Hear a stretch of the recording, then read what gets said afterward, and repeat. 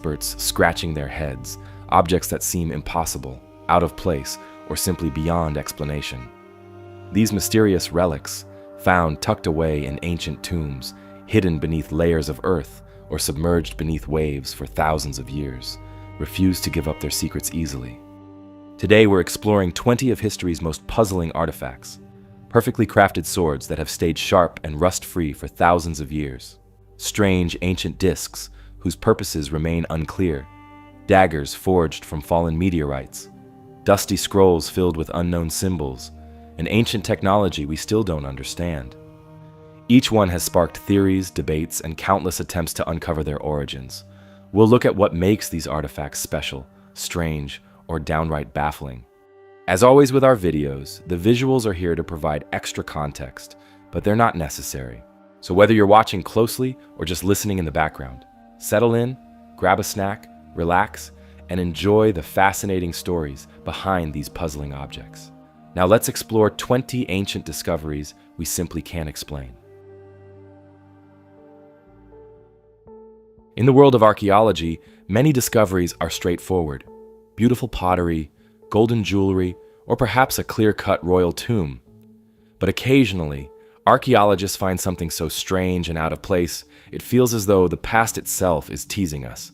This is precisely the case with the Phaistos Disc, an odd artifact whose unusual shape and purpose have puzzled experts since its discovery. The story begins back in 1936, in the heart of Egypt's vast, sandy desert. Renowned British Egyptologist Walter Bryan Emery was excavating the tomb of Prince Sabu, a nobleman who lived roughly around 3,100 to 3000 BC during Egypt's very early dynastic period. Emery and his team carefully cleared away sand and rubble, uncovering the tomb step by step, until they stumbled across a small, unassuming chamber. Inside lay various objects befitting a royal burial: pottery vessels, ivory jewelry, and bronze tools.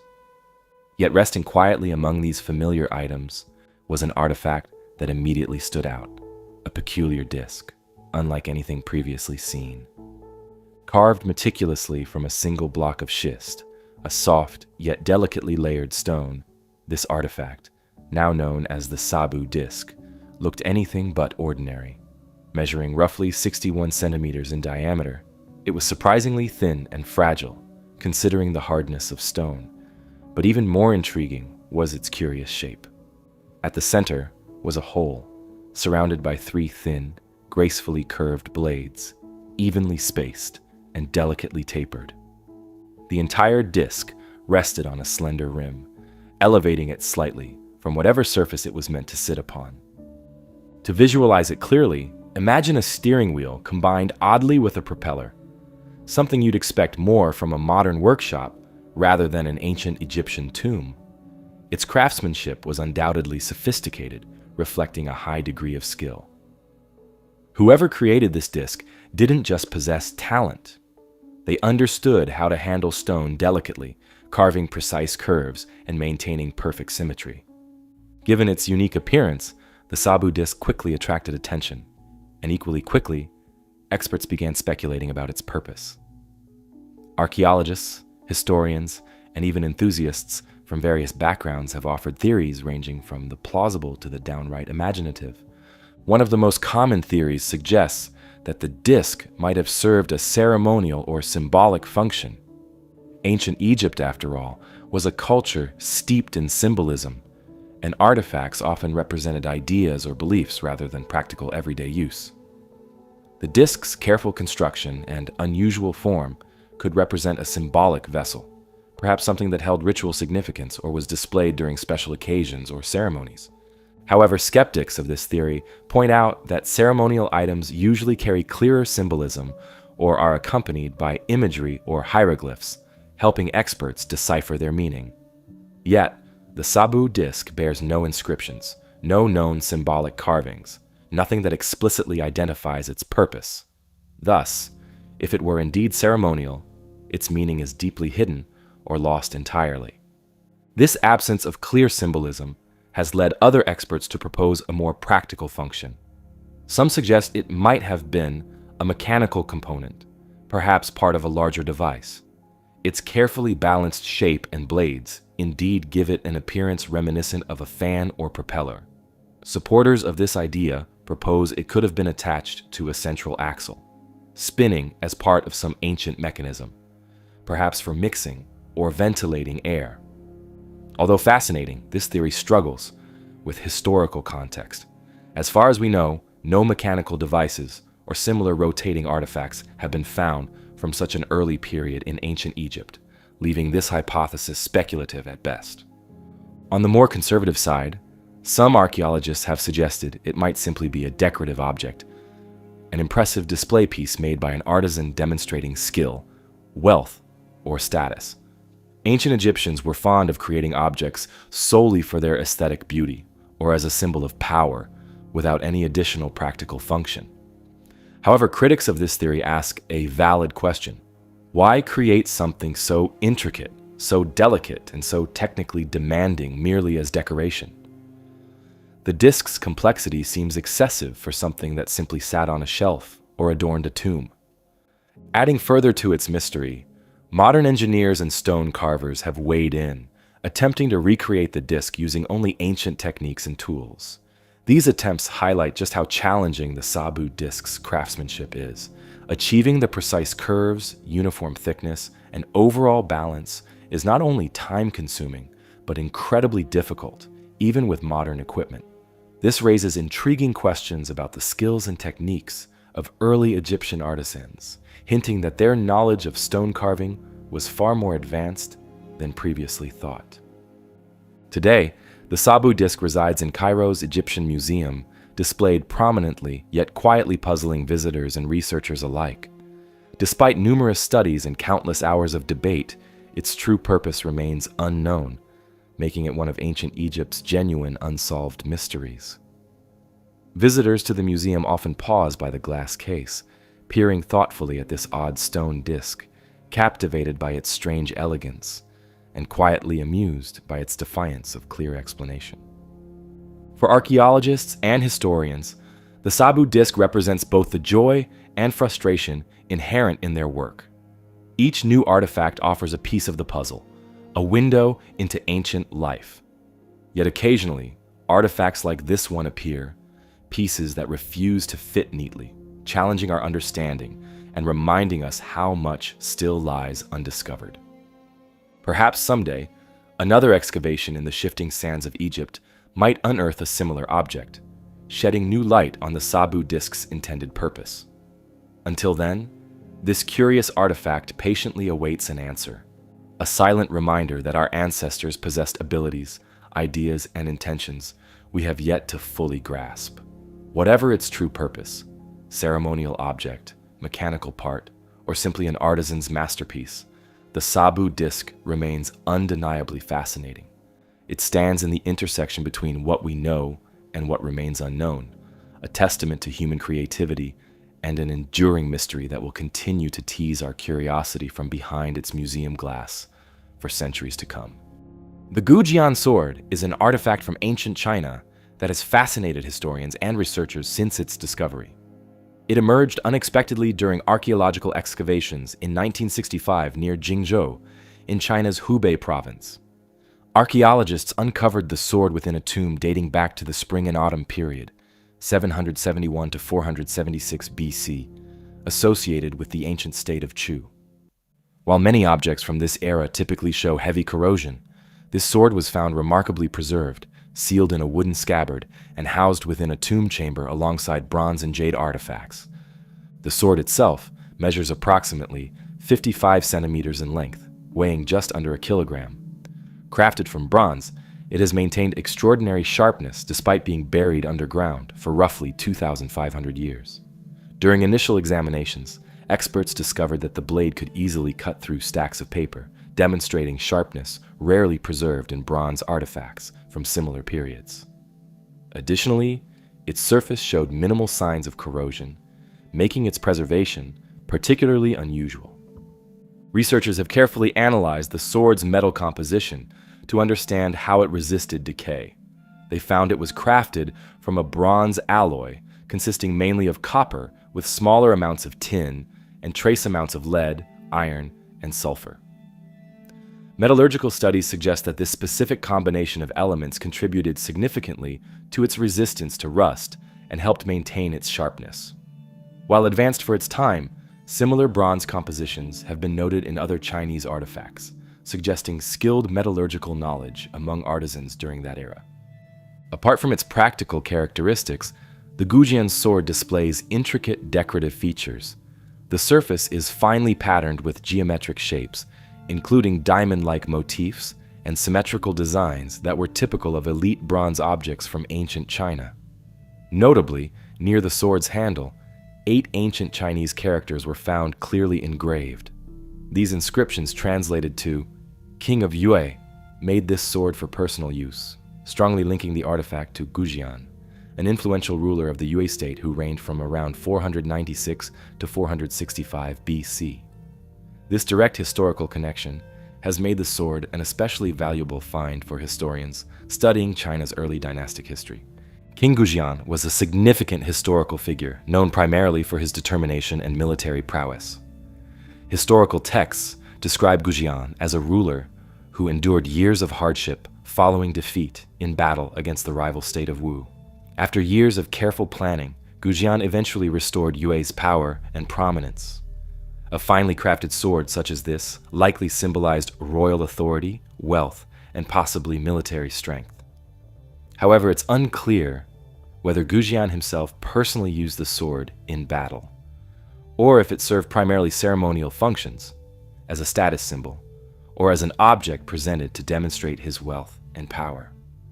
In the broader context of ancient Chinese weaponry, the Gujian sword shares similarities with other high-status bronze blades discovered in tombs from the same era.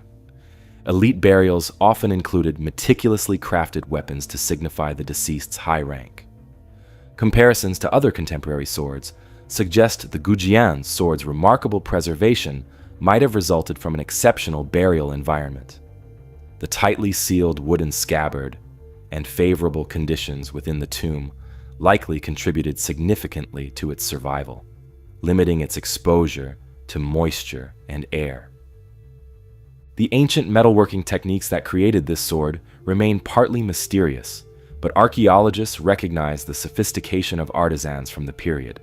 Bronze smiths in ancient China had already mastered alloy manipulation, carefully controlling furnace temperatures, and the mixing of metals to produce strong, durable tools and weapons. Though modern technology could replicate the sword's composition today, researchers remain impressed by the precision and consistency achieved by ancient craftspeople, working entirely by hand. Currently, the Gujian sword resides in the Hubei Provincial Museum, displayed carefully in controlled conditions designed to protect its condition. Visitors can view it behind protective glass, providing an opportunity to appreciate this tangible piece of Chinese history. Due to its clear inscriptions and well-documented discovery, the sword offers a rare and direct link to a known historical figure, which enhances its cultural significance. Its discovery also underscores the capabilities of ancient Chinese metalworkers, highlighting their skill in producing weapons that could stand the test of time. Still, certain aspects remain unexplained. Researchers continue to debate why this particular alloy has resisted corrosion better than other artifacts found in similar tomb conditions. While its preservation seems likely due to careful burial and alloy composition, the exact details of these ancient methods are partially lost to time. Without specific written records detailing the sword's production methods, historians can only piece together information from analysis and context.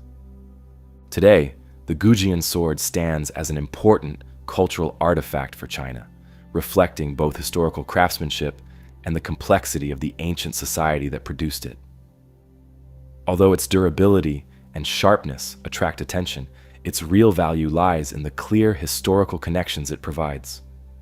As researchers continue to study the sword, they hope to uncover additional insights into ancient Chinese metallurgy and craftsmanship techniques, possibly revealing more about the people who forged and wielded these extraordinary artifacts. Moving away from ancient Chinese craftsmanship, our journey takes us across the globe, landing in the windswept highlands of Bolivia. Here lies one of South America's most puzzling archaeological sites, Pumapunku, a place whose precisely carved stones and mysterious architectural style have drawn countless historians, archaeologists and curious visitors alike. Located near Lake Titicaca, within the sprawling archaeological complex of Tiwanaku, Pumapunku sits approximately 3,850 meters above sea level. The name itself translates to Door of the Puma in the local Aymara language, though the reasons behind this evocative name remain uncertain. While Tiwanaku is a famous tourist attraction, bustling with guided tours and photography sessions, Pumapunku quietly captivates visitors with its uniquely precise stonework and unanswered historical questions. Pumapunku first caught the attention of modern researchers in the early 20th century, although locals had known of its existence long before that. Archaeologists studying the area quickly realized this was no ordinary ruin. Unlike typical pre-Columbian structures, built primarily from softer stones or sun-dried bricks, Pumapunku features huge, intricately carved stone blocks, carefully fashioned from extremely hard andesite and sandstone. Many of these stones weigh several tons each, some reaching upwards of 100 tons, raising questions about how ancient builders transported and shaped them. One of the most striking aspects of Pumapunku is the incredible precision of its stonework. Some stones feature perfectly straight edges, right angles, and even grooves and holes drilled with remarkable accuracy. Visitors examining the blocks up close often remark that they resemble stones cut with modern machinery. Indeed, modern stonecutters and engineers have expressed amazement at the site's craftsmanship, acknowledging the immense difficulty in achieving such precision with the technology believed available at the time. Yet, this extraordinary craftsmanship leaves historians facing a challenging puzzle. The Tiwanaku civilization, which flourished between roughly 500 and 950 AD, is generally credited with building Pumapunku. At its peak, the Tiwanaku culture was highly sophisticated, known for agricultural innovations, advanced pottery, and impressive ceremonial centers. However, no direct historical records detailing their construction methods have survived, making it difficult to definitively understand how these ancient builders achieved such precision. This uncertainty has given rise to a variety of theories, some grounded in archaeology, others more speculative. Conventional archaeologists suggest that the Tiwanaku people employed an impressive combination of hand tools made of copper and bronze, possibly using abrasives like sand to shape and polish the stones meticulously. Large teams of laborers, utilizing ropes, ramps, and sledges, could have transported and positioned these heavy blocks, a feat that required careful planning, organization, and perhaps decades of effort. Still, alternative theories frequently emerge due to the site's seemingly impossible stone-cutting precision. Some have proposed that Pumapunku might indicate lost ancient technologies or even forgotten construction methods that vanished with the collapse of the Tiwanaku civilization. Such speculations often gain attention, but lack solid archaeological backing, leaving scholars divided on their credibility. The unusual style and arrangement of the stones also distinguish Pumapunku from nearby Tiwanaku structures. While the rest of Tiwanaku predominantly features large temples, ceremonial platforms, and gateways built from carefully placed but generally simpler stones, Pumapunku showcases a unique layout of scattered, complex blocks. These stones appear as if they were part of a sophisticated, modular assembly designed to interlock seamlessly, almost like pieces of a massive stone puzzle. This has prompted many researchers to suggest the site might have served an especially important or specialized function. Precisely what that function was, however, remains unknown. Archaeologists have speculated widely, suggesting possibilities such as a royal palace, a ceremonial complex, an astronomical observatory, or even a highly symbolic religious site. Many of Pumapunku's stones feature geometric patterns and intricate carvings, including shapes reminiscent of symbols or possibly even early forms of communication, though their exact meanings remain undeciphered. The sudden abandonment of Pumapunku adds another layer to its mystery.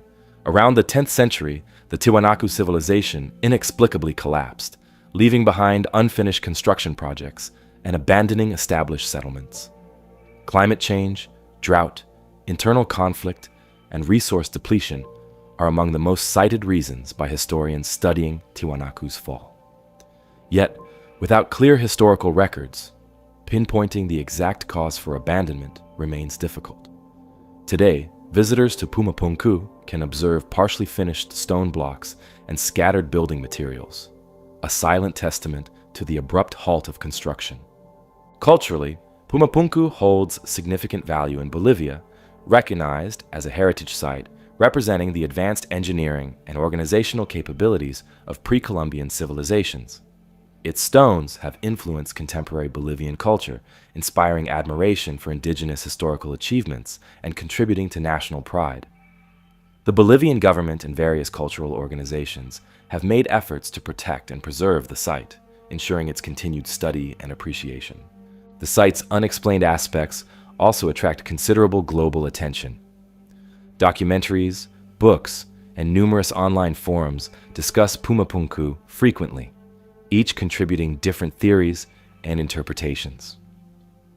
While some theories stretch credibility, they reflect the natural curiosity sparked by these extraordinary stone constructions, capturing the public's imagination and fostering ongoing interest.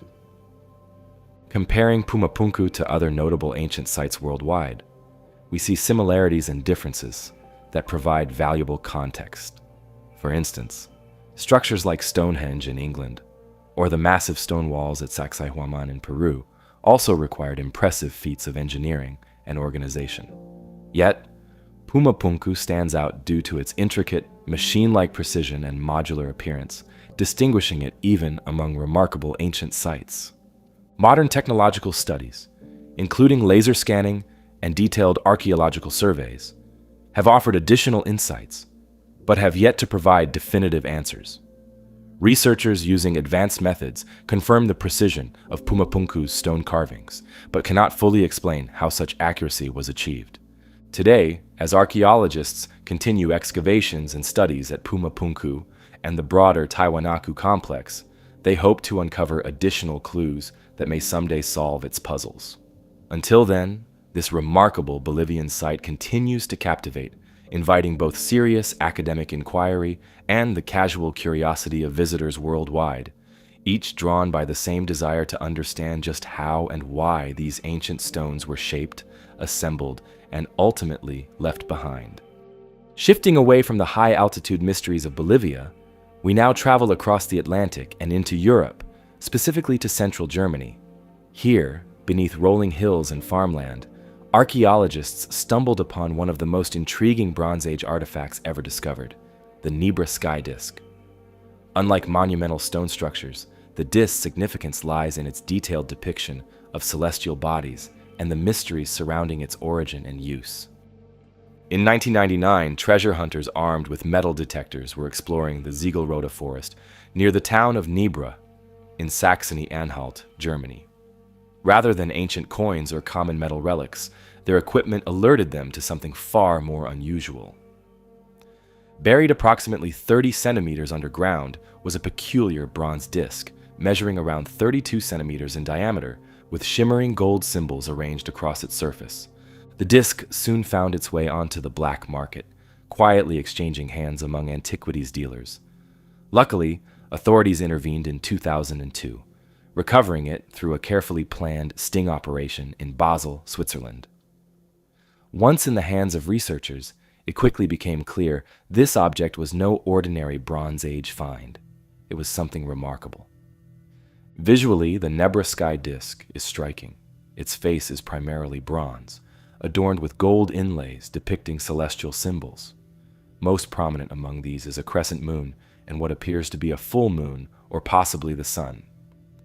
Surrounding these are scattered dots of gold, representing stars, along with two distinct gold bands along its edges. These symbols seem carefully arranged, clearly intended to convey specific information rather than merely decorative patterns. Detailed analysis by astronomers revealed an unexpected accuracy in the disk's celestial depiction. The arrangement of symbols matches closely with astronomical observations of the night sky over Central Europe roughly 3,600 years ago. The crescent and adjacent moon or sun indicate lunar phases, while the scattered dots correlate with known star formations. Most notably, one grouping is believed to represent the Pleiades, a star cluster historically significant for ancient societies in tracking seasonal changes. This level of celestial detail indicates the creators possessed significant astronomical knowledge and observational skills, unusual for the era. While Bronze Age cultures were certainly familiar with basic astronomical concepts, the Nebra sky disk suggests a more sophisticated understanding, possibly used for marking important seasonal events, such as planting or harvest times. Some scholars theorize it could have functioned as an early form of calendar, a navigational tool, or even a device used in ceremonial rituals tied to celestial events. Indeed, understanding the purpose behind the disk remains challenging, primarily because no written records accompany it. Many archaeologists lean toward a ceremonial interpretation, suggesting it may have served ritualistic purposes connected to agricultural cycles. Alignments depicted on the disk correlate with the solstices and equinoxes, critical periods in agrarian societies.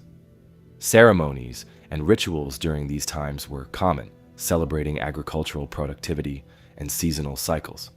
Yet other scholars propose a navigational function, suggesting ancient travelers might have relied on the disk to guide them using celestial markers. Bronze Age trade networks were expansive, stretching across Europe, and celestial navigation would have been practical. The disk's portability and precise astronomical depiction lend credibility to this interpretation. Educational purposes are also possible.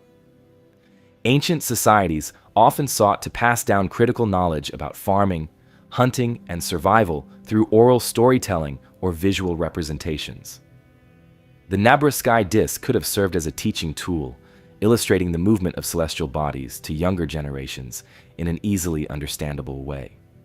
Its detailed yet clear symbolism would have been perfect for instruction, ensuring astronomical knowledge remained intact through generations. However, debates surrounding the Nebra sky disk are not limited solely to its intended purpose. Since its recovery, questions about its authenticity and exact age have sparked lively academic debates. Initial radiocarbon dating placed associated artifacts around 1600 BCE, strongly indicating a Bronze Age origin. Yet, some critics argue that the disk's exceptional condition and unique imagery suggest a more recent fabrication or alteration. The primary argument against authenticity stems from its almost unprecedented sophistication compared to other known artifacts from the same period. Bronze Age societies typically left behind less intricate celestial depictions, usually restricted to carvings or simple alignments in stone circles. Such an advanced representation in metalwork is unique, and thus invites skepticism. Nevertheless, detailed metallurgical studies have confirmed the disk's ancient origins.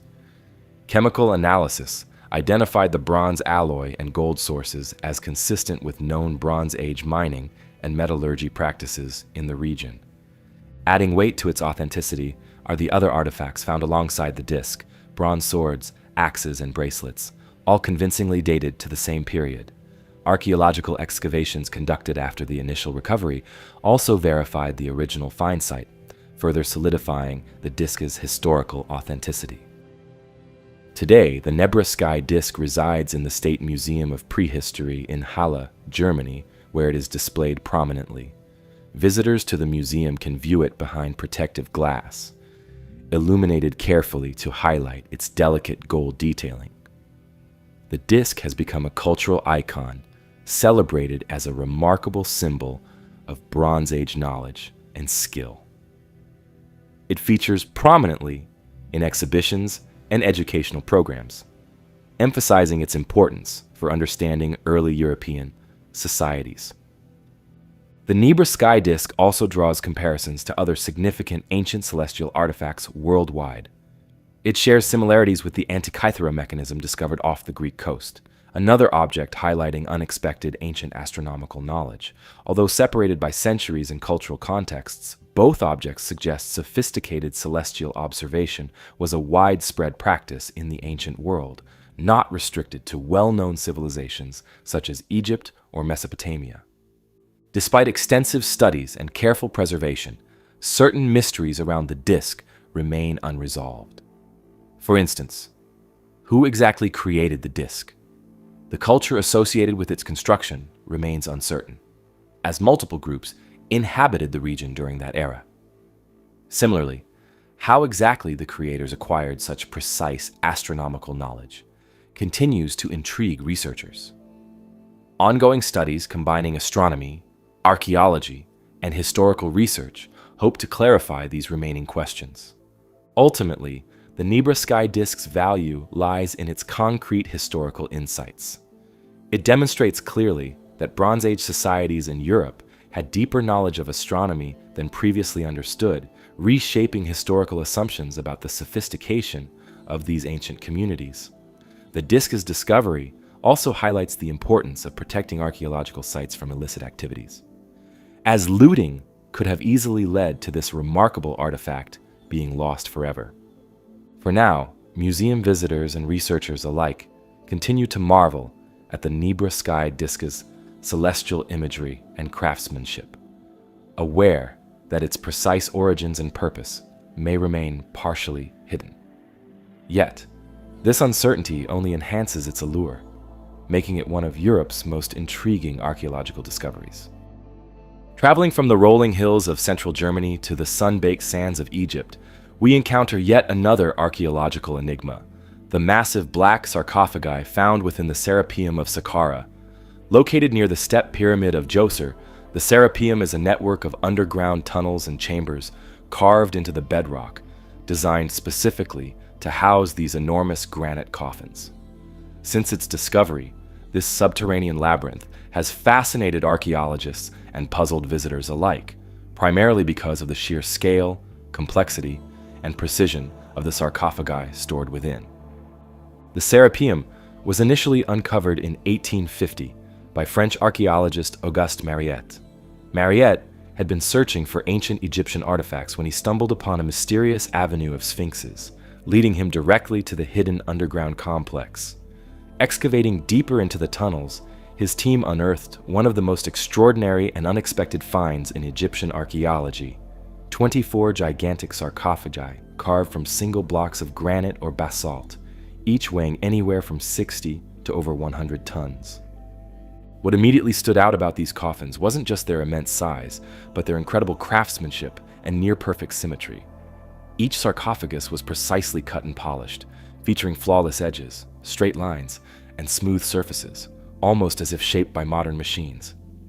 The lids, some weighing as much as 30 tons themselves, fit so precisely onto the sarcophagi bases that even today, slipping a thin sheet of paper between them is virtually impossible.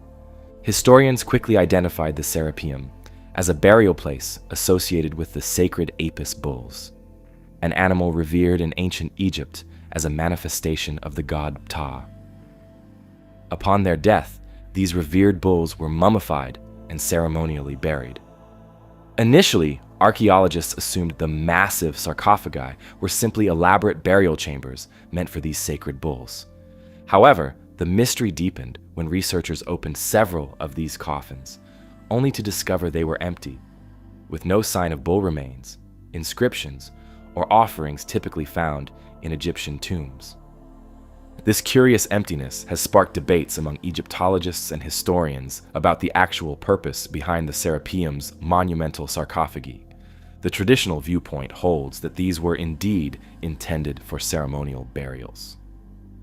Proponents argue that despite being found empty, these sarcophagi were ceremonial receptacles, possibly emptied by tomb robbers in antiquity, or even prepared symbolically, representing a connection between the bulls and the divine. Yet this interpretation leaves many questions unanswered. Critics of the ceremonial burial theory point to several puzzling factors. First, the sheer precision of the sarcophagi far exceeds that typically observed in purely ceremonial Egyptian artifacts. Egyptian craftsmen were undoubtedly skilled, but the level of symmetry and polished perfection found here surpasses even the most sophisticated ancient tombs. Second, the transportation and placement of these massive stone coffins pose logistical challenges.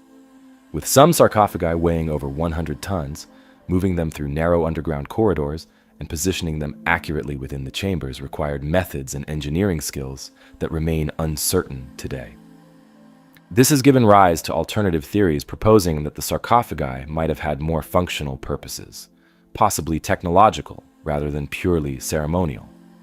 Some researchers speculate that the Serapeum served as a kind of ancient storage facility, designed to protect important materials or items from external elements.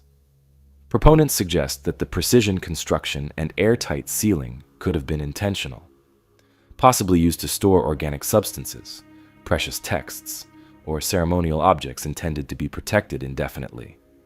Supporters of this hypothesis point to similar examples elsewhere in ancient Egypt, such as secure chambers beneath temples that stored valuable scrolls or ceremonial oils. However, these theories remain speculative due to the lack of physical evidence or surviving documentation explicitly describing the sarcophag's function. While intriguing, these technological storage theories currently exist primarily within alternative historical interpretations, drawing skepticism from mainstream archaeologists. Another ongoing mystery involves the construction techniques employed to shape, transport, and install these enormous stone coffins. Granite and basalt, both used in crafting these sarcophagi, are extremely hard stones, difficult to work with, even by today's standards. Shaping and polishing granite to such precise dimensions and smoothness would require advanced cutting tools, methods, and considerable time. Ancient Egyptian artisans were capable, certainly, but questions linger about the exact tools and methods utilized to achieve such precision on such massive scales. Transporting these massive coffins into the underground Serapeum chambers posed another challenge. The corridors of the Serapeum are narrow, winding, and steep in certain sections. Modern engineers examining the site suggest that maneuvering objects of this size would require advanced knowledge of logistics, mechanics, and coordinated labor. Egyptian records provide limited insight into these processes, leaving historians to theorize about ramps, levers, ropes, and rollers as possible transportation methods. Still, replicating such a feat remains difficult even with modern machinery, leading some to speculate about lost engineering methods or knowledge possessed by ancient Egyptians. Today, the Serapeum continues to attract visitors and researchers, drawn by curiosity about its enigmatic sarcophagi and their unanswered mysteries. Visitors walking through the dimly lit, stone-carved tunnels are often struck by the silence, interrupted only by quiet murmurs of wonder and the occasional footsteps echoing off stone walls. Tourists and researchers alike marvel at the size, precision, and mystery these coffins embody, sensing the ancient ingenuity required for their construction. The cultural significance of the Serapeum extends beyond archaeological curiosity. It reflects Egypt's historical reverence for the Apis bull as a deity's embodiment and highlights the impressive lengths ancient Egyptians went to honor their religious and cultural beliefs. Its intricate construction also serves as an enduring testament to the capabilities and sophistication of ancient Egyptian craftsmanship. Efforts continue today to understand more clearly the techniques and intentions behind the Serapeum's massive sarcophagi. Advanced imaging technologies and non-invasive archaeological methods have been employed, attempting to discover hidden details or previously overlooked inscriptions. Despite these efforts, much remains unknown about who exactly constructed the Serapeum, why such precision was necessary, and what exactly these massive coffins were intended to hold. Ultimately, the Serapeum of Saqqara stands as one of ancient Egypt's most intriguing unsolved puzzles. Its massive black sarcophagi challenge our understanding of ancient construction techniques and leave open intriguing possibilities regarding their true purpose. Yet perhaps the most engaging aspect of the Serapeum is precisely its persistent mystery. With every new discovery or archaeological development, the site continues to invite speculation, curiosity, and admiration from all who visit or study it, quietly preserving its secrets beneath the sands of Egypt. Stepping away from the monumental mysteries of ancient Egypt, we turn our attention to something far smaller, but no less baffling. Stored safely in Yale University's Beinecke Rare Book Library, there lies a peculiar medieval text known as the Voynich manuscript. This unique book, with its intriguing blend of mysterious language and elaborate illustrations, has resisted every attempt at decoding for more than a century, earning it a reputation as the world's most enigmatic book. The manuscript first came to public attention in 1912, when an antiquarian book dealer named Wilfrid Voynich acquired it. Voynich was a seasoned collector who specialized in rare texts, yet even he recognized immediately that this particular manuscript was something extraordinary. Although its earlier history remains somewhat murky, Voynich claimed the manuscript had once belonged to Emperor Rudolf II, the 16th century ruler of the Holy Roman Empire, known for his love of alchemy and rare curiosities. Physically, the Voynich manuscript isn't imposing. Measuring roughly 23 by 16 centimeters, it resembles any typical medieval book, except its contents are anything but ordinary. Comprised of around 240 pages of vellum, the manuscript features hundreds of strange illustrations interspersed with text written in an unknown script. While the exact age remains debated, radiocarbon dating conducted by Yale University placed its creation between approximately 1404 and 1438, firmly situating it within the late medieval era. Flipping through its pages, readers encounter vivid and detailed illustrations depicting an unusual blend of subjects.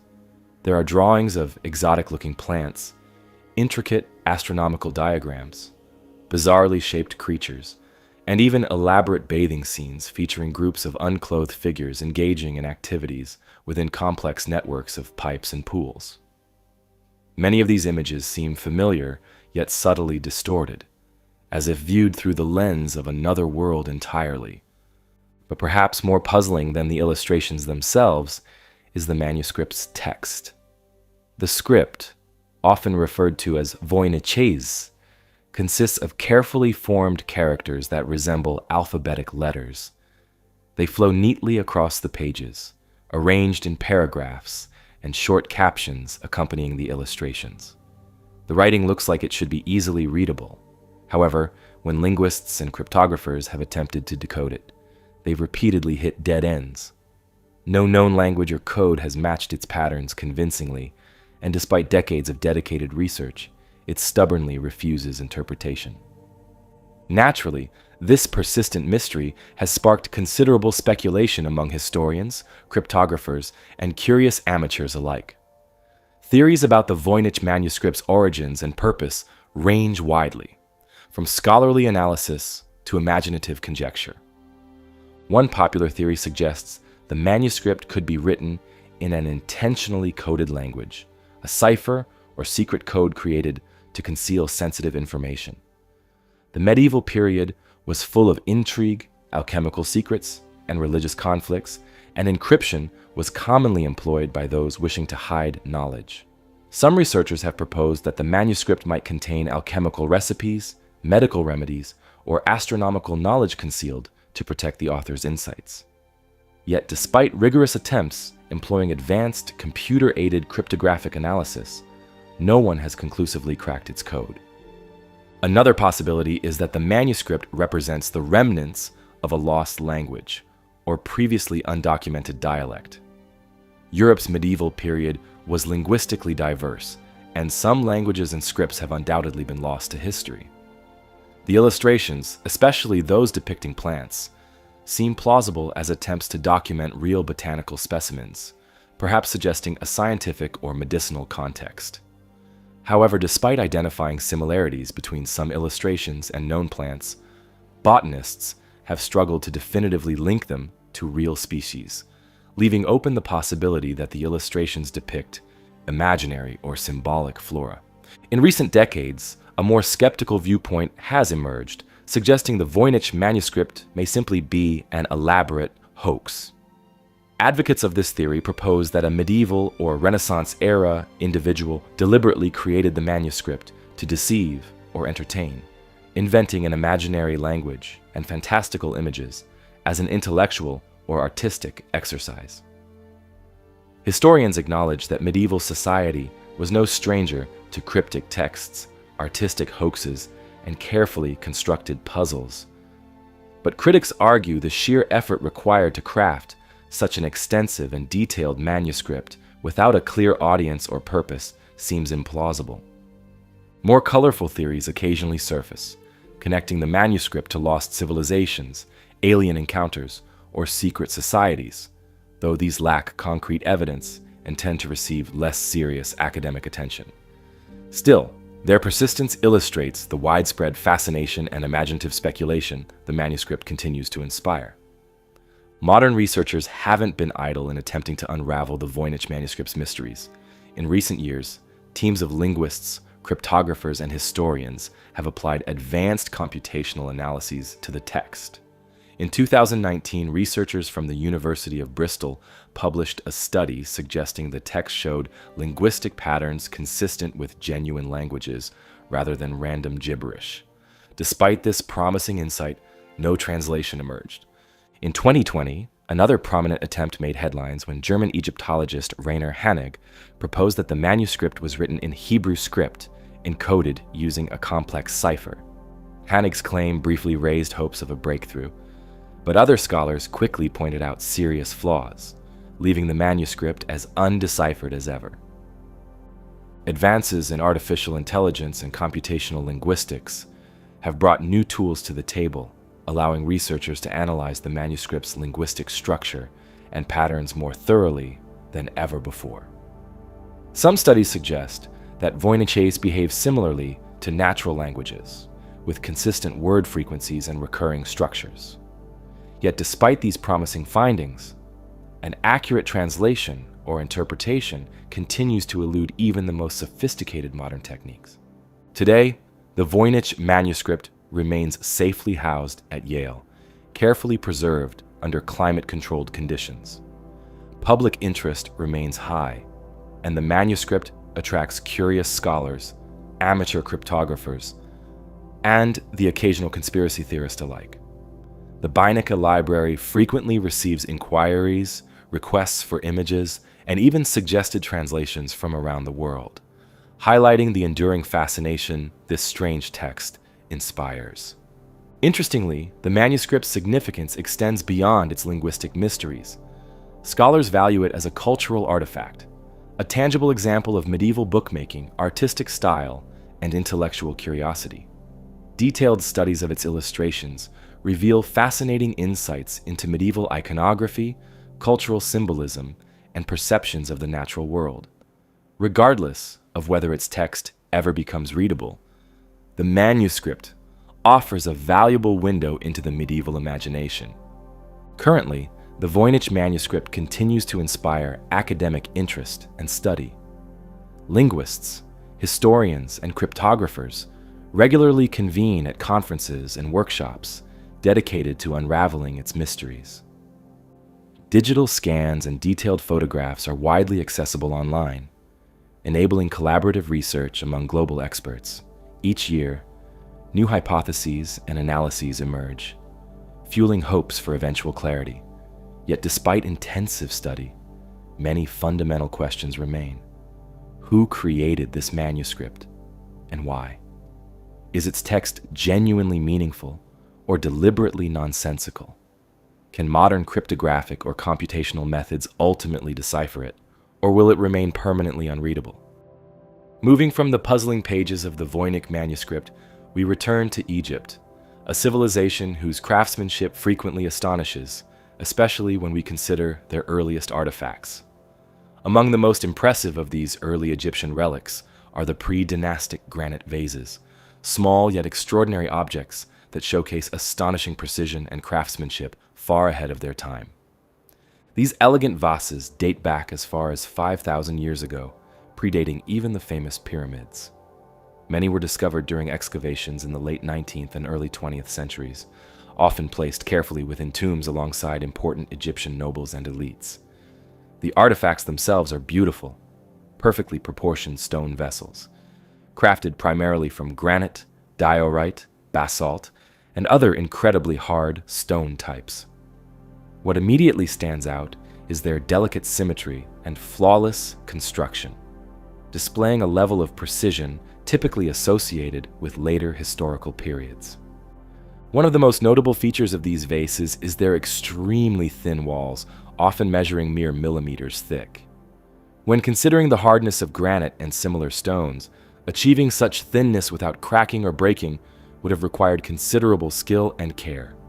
Modern stone carvers, equipped with advanced power tools and diamond-tipped drills, still find it challenging to replicate the precision of these ancient artifacts. This has led many scholars to question how ancient Egyptians managed to achieve such remarkable craftsmanship with supposedly primitive tools.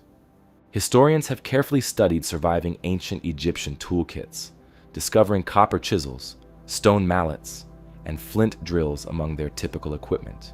Yet, even copper tools, though effective for softer stones or carving basic shapes, would quickly dull or deform against granite and basalt. This apparent gap in capability has sparked considerable debate among archaeologists and engineers about how exactly these delicate vases were crafted.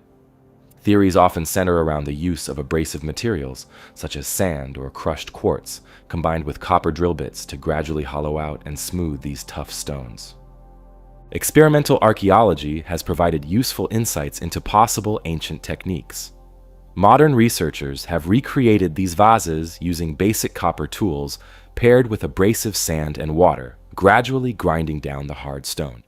This slow and meticulous process, however, requires tremendous patience and skill. Even experienced craftspeople today note the difficulty involved in consistently maintaining the precise symmetry and thinness seen in original pre-dynastic vases. The question naturally arises regarding the purpose behind these finely made objects.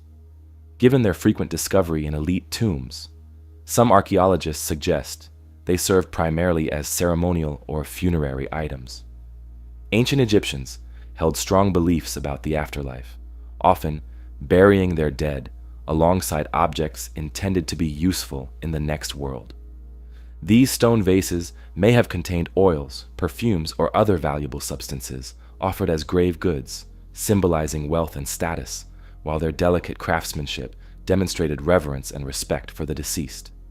Indeed, the sheer effort and resources necessary for crafting these vases suggest they held significant cultural value, far exceeding mere everyday use. Such finely worked stone objects were likely expensive, indicating their owners were part of society's upper echelons. Their presence in burial chambers further supports the notion that they symbolized prestige and status, representing the deceased individual's importance within their community. However, practical uses cannot be entirely ruled out. Ancient Egyptian society was highly organized, engaging in sophisticated trade networks and craft production. The durability and non-porous nature of stone vases would have been ideal for storing valuable liquids such as perfumes, essential oils, or medicinal substances. Given that the Nile region was rich in resources like oils and resins, prized substances used both domestically and ceremonially, these vessels may also have functioned practically in storing and transporting precious commodities. Yet even if used practically, the exceptional artistry involved points clearly to a secondary symbolic or status-driven purpose. The very possession of such an object would have communicated wealth, power, and refinement. It's easy to imagine an ancient Egyptian noble proudly displaying such finely crafted vessels during social or religious gatherings, subtly communicating their prestige to visitors. Adding to their intrigue, these pre-dynastic vases frequently display consistent shapes and designs, indicating standardized production methods. While each vase is individually carved, their similarity in size and proportion suggests some form of organized, skilled artisan community operating in ancient Egypt well before recorded history. This hints at the existence of specialized craftspeople or workshops, perhaps even early guild-like structures, carefully passing down sophisticated techniques through generations. Another remarkable detail is the polished finish of these artifacts. Not only were they thin-walled and symmetrical, but they were also finely polished to achieve a smooth, glass-like texture. Achieving this would have involved additional meticulous labor using fine abrasives like sand, powdered quartz, or even animal hide to achieve their distinctive sheen. Today, pre-dynastic granite vases can be viewed in various museum collections worldwide, including the Cairo Museum and the British Museum. Visitors often remark on their beauty, surprised that such delicacy and skill existed so far back in Egyptian history. Although overshadowed by later monumental achievements like the pyramids and temples, these small stone vases stand as evidence of an advanced artistic tradition and remarkable craftsmanship, present from Egypt's earliest days. While significant progress has been made in understanding the methods and potential uses of these vases, some aspects remain elusive. The exact details of their manufacturing process, the nature of the craftsmen who made them, and their role within early Egyptian society still prompt considerable academic discussion and research. Nonetheless, their historical importance and aesthetic beauty ensure they remain captivating and valuable artifacts, providing tangible evidence of ancient Egyptian ingenuity and sophistication at a very early stage of civilization. Traveling from the ancient Egyptian deserts, we now shift our focus southward, journeying to the lush and rugged landscapes of South Africa. Here, nestled near the small town of Leidenburg in the province of Mpumalanga, a remarkable archaeological discovery was made, one that continues to intrigue historians and anthropologists to this day. Known simply as the Leidenburg heads, these distinctive ceramic artifacts offer a rare glimpse into the creativity and culture of an ancient South African community. The story of the Leidenburg heads begins somewhat by chance, as many archaeological finds often do. In 1957, a young schoolboy named Karl Ludwig von Basing was exploring his family's farmland near Leidenburg when he stumbled upon pieces of pottery protruding from an eroded hillside. Rather than dismissing them as mere fragments of everyday crockery, the young Karl Ludwig carefully collected these unusual pottery shards, sensing they might be significant. After notifying experts at the University of Cape Town, professional archaeologists visited the site and realized they had something unique on their hands. Ultimately, archaeologists unearthed 7 hollow ceramic heads, believed to have been crafted around the 6th century AD, placing them approximately 1,400 years old.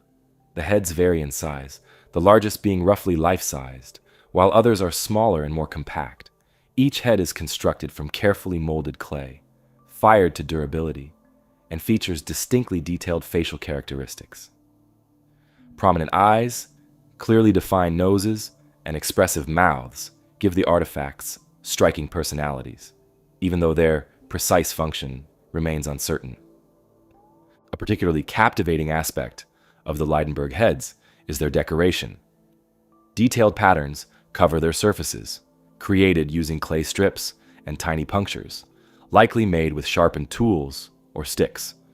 These patterns form geometric designs and linear motifs reminiscent of tribal art forms found elsewhere in southern Africa. The intricate patterns and careful craftsmanship suggest the creators had a refined aesthetic sensibility and a strong symbolic or ritualistic intention behind their designs. Yet the purpose behind these intriguing ceramic heads remains unclear. Archaeologists have pondered numerous possibilities, each grounded in historical and cultural context. One popular interpretation is that the heads served as ceremonial masks, possibly worn during important rituals or community celebrations. Masks hold great cultural importance across many African societies, used to invoke ancestors, spirits, or deities during dances, ceremonies, and rites of passage. However, upon closer inspection, some researchers argue that these particular heads seem more decorative and less practical for actual wear. The lack of clear eye holes or attachment points for strings makes their usability as functional masks doubtful. Another theory suggests the Leidenburg heads might represent ancestor portraits or symbolic totems, carefully displayed during significant community rituals.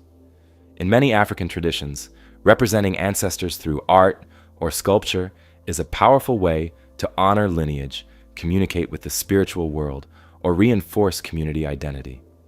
The expressive nature of these ceramic heads could reflect individual ancestors or influential community figures, with their prominent features emphasizing traits important to their society. Further complicating the interpretation is the presence of small animal figures and decorative elements incorporated into some of the heads. Some heads feature miniature sculpted cattle horns or animal-like protrusions, reflecting the cultural significance animals hold within many southern African communities. Cattle, in particular, symbolize wealth, status, and spiritual power throughout the region, suggesting these heads could have carried symbolic meanings related to prosperity or ancestral protection. Regional archaeological findings also provide context for the Lydenburg heads. During the time these ceramic artifacts were crafted, southern Africa witnessed the emergence of numerous farming communities practicing agriculture, animal husbandry, and sophisticated metallurgy. The creators of the Lydenburg heads likely belonged to one of these settled communities, possessing a rich cultural and artistic tradition. Unfortunately, without detailed historical records or written accounts, precisely identifying the creators remains challenging. Interestingly, similar ceramic artifacts have rarely been discovered in the region, making the Lydenburg heads even more exceptional. Their rarity suggests they might represent a localized cultural tradition unique to this specific area around Lydenburg. Alternatively, they may reflect broader practices widespread during their era, with most other examples simply lost to time or erosion. Since their discovery, the Lydenburg heads have been carefully studied and preserved by archaeologists. Following restoration and analysis, they were transferred to the Iziko South African Museum in Cape Town, where they currently reside. Museum visitors today can view these captivating ceramic heads in carefully climate-controlled displays designed to protect their delicate clay structures from environmental damage. They remain popular exhibits showcasing the rich artistic traditions and creativity of ancient South African communities. Ongoing research efforts occasionally revisit the Lydenburg heads, applying modern archaeological techniques to uncover new insights. Advanced imaging methods, chemical analysis of the clay, and comparisons to broader Southern African pottery traditions have deepened our understanding of their craftsmanship and cultural context. Yet despite detailed studies, the precise purpose and meaning behind these enigmatic heads remain open-ended, inviting continued curiosity and exploration. Overall, the Lydenburg heads represent a fascinating intersection of artistic skill, cultural symbolism, and archaeological mystery. Their intricate detailing, expressive faces, and uncertain origins captivate historians, anthropologists, and general audiences alike. While much remains unknown about their creators or the exact nature of their use, these ancient ceramic heads continue to offer a tangible connection to the creativity and traditions of early Southern African societies. From the expressive ceramic faces of ancient South Africa, our journey takes us now to Roman Europe, a place famous for its roads, baths, gladiators, and architecture. Yet among the countless artifacts from this civilization, one particularly odd object has confounded historians: the Roman Dodecahedron. These curious artifacts, typically crafted from bronze, occasionally from stone, are hollow geometric objects with 12 flat pentagonal faces. Each face features a circular hole of varying diameter, and small spherical knobs decorate the corners where edges meet. Sizes vary from small enough to fit comfortably into your hand to slightly larger versions, yet their consistent shape and structure indicate they served a specific, intentional purpose. Since their first recorded discovery in the 18th century, around 100 of these peculiar objects have turned up across what once was the Roman Empire. They've appeared in archaeological digs scattered throughout modern-day countries like Germany, France, Switzerland, Belgium, Hungary, and even Great Britain, suggesting their use was widespread across various Roman provinces. Despite their broad geographical distribution and the consistency of their shapes and designs, not a single historical document from Roman times mentions them explicitly, leaving historians without clear evidence of their original purpose. This historical silence is particularly puzzling, given the Romans' meticulous record-keeping habits. Typically, even mundane items were documented in some form, whether through inscriptions, official records, or literary references. The dodecahedron's complete absence from historical records makes their intended use especially difficult to determine, leading researchers and enthusiasts alike to explore multiple theories ranging from practical to whimsical. One of the more popular theories suggests the dodecahedrons might have been measuring instruments, perhaps used by craftsmen or architects. Proponents of this interpretation point to the different sized holes on each face, proposing that these might have been used as gauges for measuring objects of varying diameters, such as rods or pipes. However, critics of this theory argue that the irregularity and imprecision of these openings, often differing slightly in shape or size from object to object, cast doubt on their effectiveness as precise measuring tools. Others speculate these items had a religious or ceremonial function. The Romans were famously superstitious, regularly consulting augurs, interpreting omens, and practicing divination. Could the Roman dodecahedron have been a tool used by priests or diviners for predicting future events? Perhaps the object was thrown or rolled during rituals, with each face and hole size representing a different omen or outcome. While intriguing, no archaeological evidence has yet supported direct ritualistic associations. No dodecahedron has been found in clear religious contexts, such as temples or burial sites, that would substantiate this theory. Yet another practical theory considers the dodecahedrons as calendars or astronomical devices. Some researchers propose the alignment of holes, and knobs may have helped track celestial events, like the solstices, equinoxes, or star positions. Given the Romans' extensive knowledge of astronomy and their reliance on accurate calendars for agriculture, military campaigns, and civic planning, this possibility feels plausible. Yet without inscriptions, markings, or accompanying artifacts explicitly supporting astronomical use, the theory remains speculative. Perhaps a more humorous, though still credible theory, posits these objects as ancient gaming items or toys. The Romans enjoyed games of chance and strategy, often employing dice and other small devices to entertain themselves. Could the dodecahedrons have functioned as dice or components in a game long since forgotten? This playful idea, while entertaining, faces skepticism due to the impractical design of the knobs and differing hole sizes, neither of which seem optimized for gameplay. Another pragmatic suggestion, drawing from archaeological context, is that dodecahedrons were knitting or weaving tools. Knitting and textile production were widespread activities in Roman Europe, and small devices to assist in yarn work or create consistent stitch patterns might explain their frequent discoveries in residential contexts. Indeed, modern knitting enthusiasts have tested replicas, demonstrating the feasibility, if somewhat awkward, of using the dodecahedron to knit gloves or socks.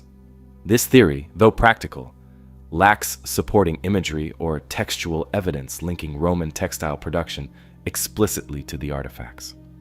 In recent decades, scholarly debate has shifted toward examining the contexts of individual dodecahedron finds. Their presence in sites associated with Roman military camps has led some historians to speculate they might have been multi-purpose objects carried by soldiers, potentially for tasks ranging from measurement to entertainment. However, civilian sites have also yielded examples, complicating any strictly military interpretation. Despite numerous scholarly and popular theories, the dodecahedrons continue to defy clear categorization. Their craftsmanship, however, is undeniably Roman. Their bronze casting and distinctive decoration align with known Roman metalworking techniques from approximately the 2nd to 4th centuries AD. Archaeologists agree the objects originate from within Roman civilization, though whether they represent common household items, specialized professional tools, or something else entirely remains unclear. Today, Roman dodecahedrons are preserved and displayed in museums throughout Europe, often presented as curiosity pieces, highlighting Roman ingenuity and our persistent inability to unravel certain historical mysteries. Visitors frequently puzzle over them, and museum curators must repeatedly explain that their purpose remains uncertain. Despite intensive scholarly study, these humble yet intriguing objects continue to elude definitive interpretation, symbolizing the gaps in historical knowledge that persist even about well-documented civilizations like Rome. As archaeologists continue discovering and cataloging new examples, the potential for clarifying their purpose remains.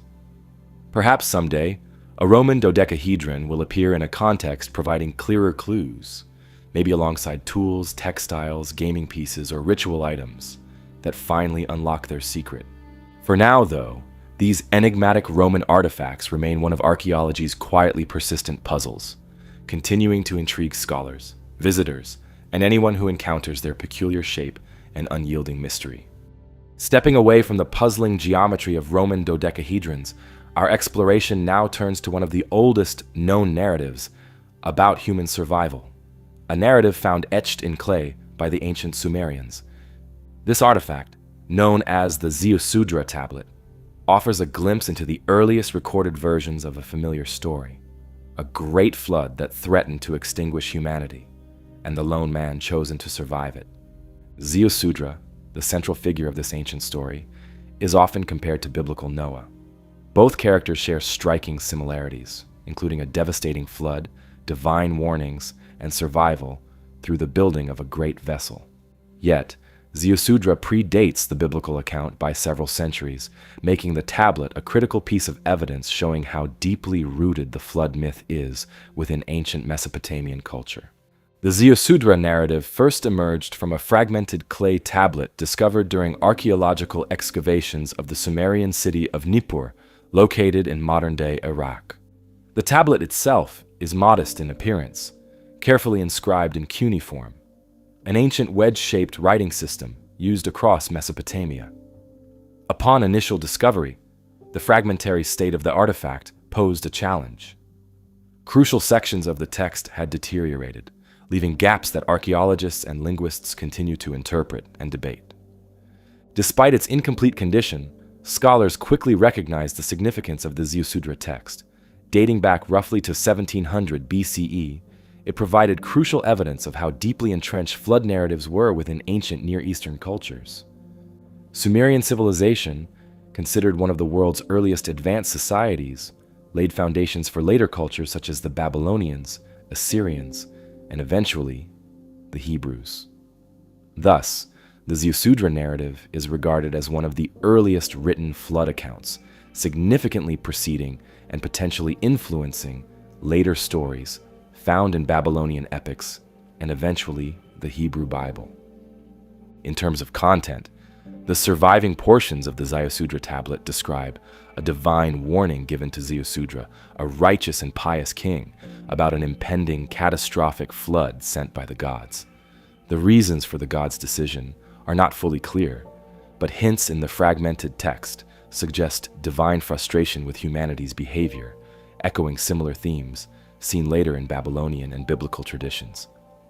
Acting upon this divine instruction, Ziusudra constructs an enormous vessel capable of carrying himself, his family, and animals to safety.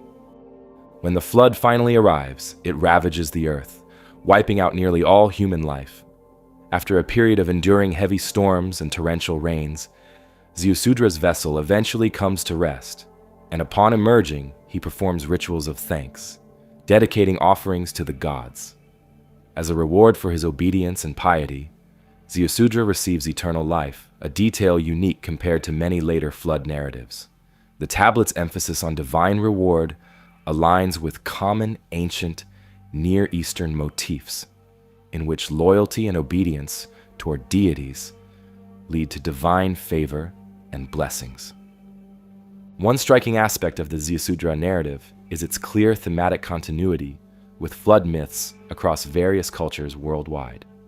Similar stories are found not only in the biblical book of Genesis, but also in other Mesopotamian texts, notably the Babylonian epic of Gilgamesh.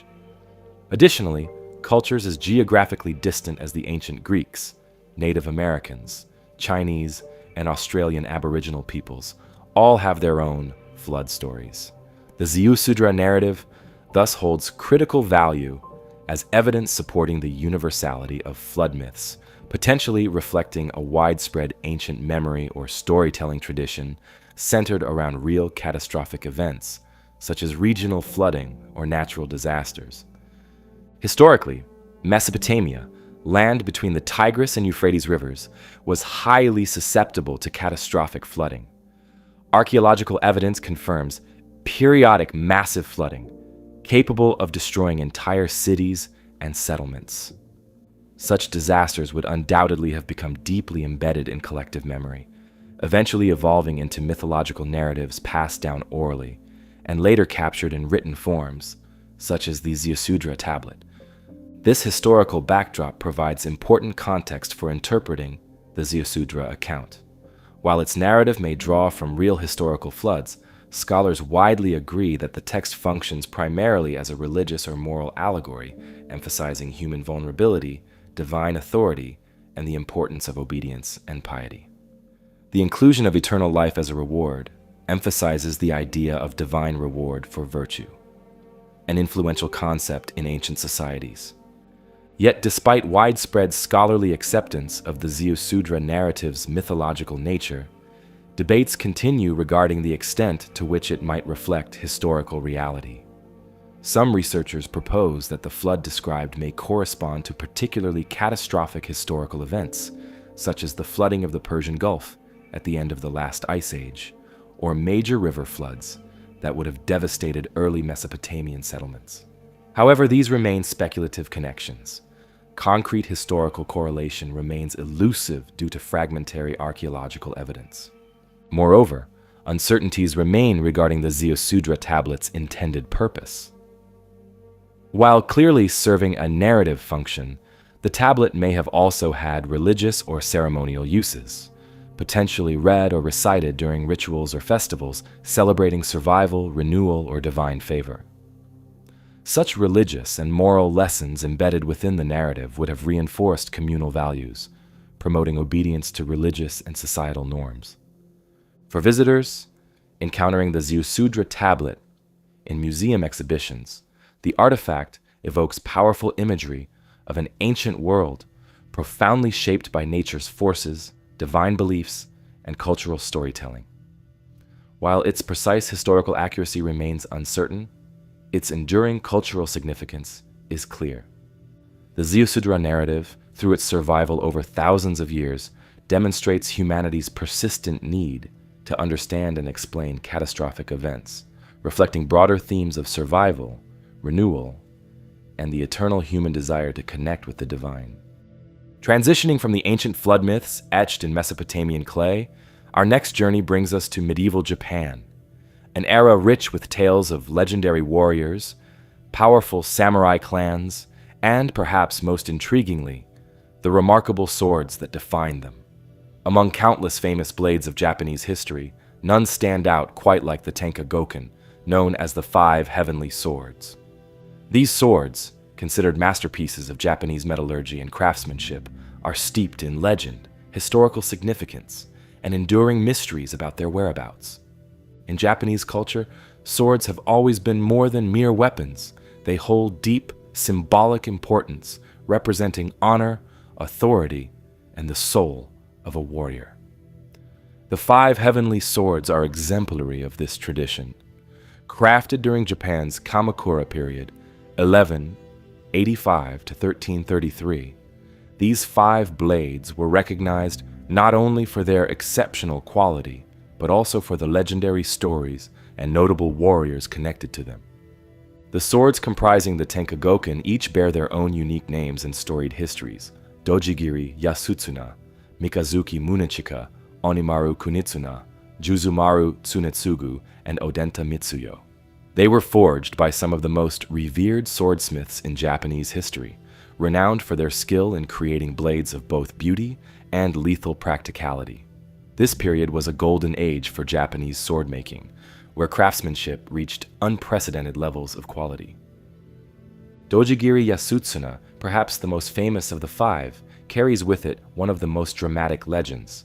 According to tradition, this blade was wielded by the warrior Minamoto no Yorimitsu, known popularly as Raiko.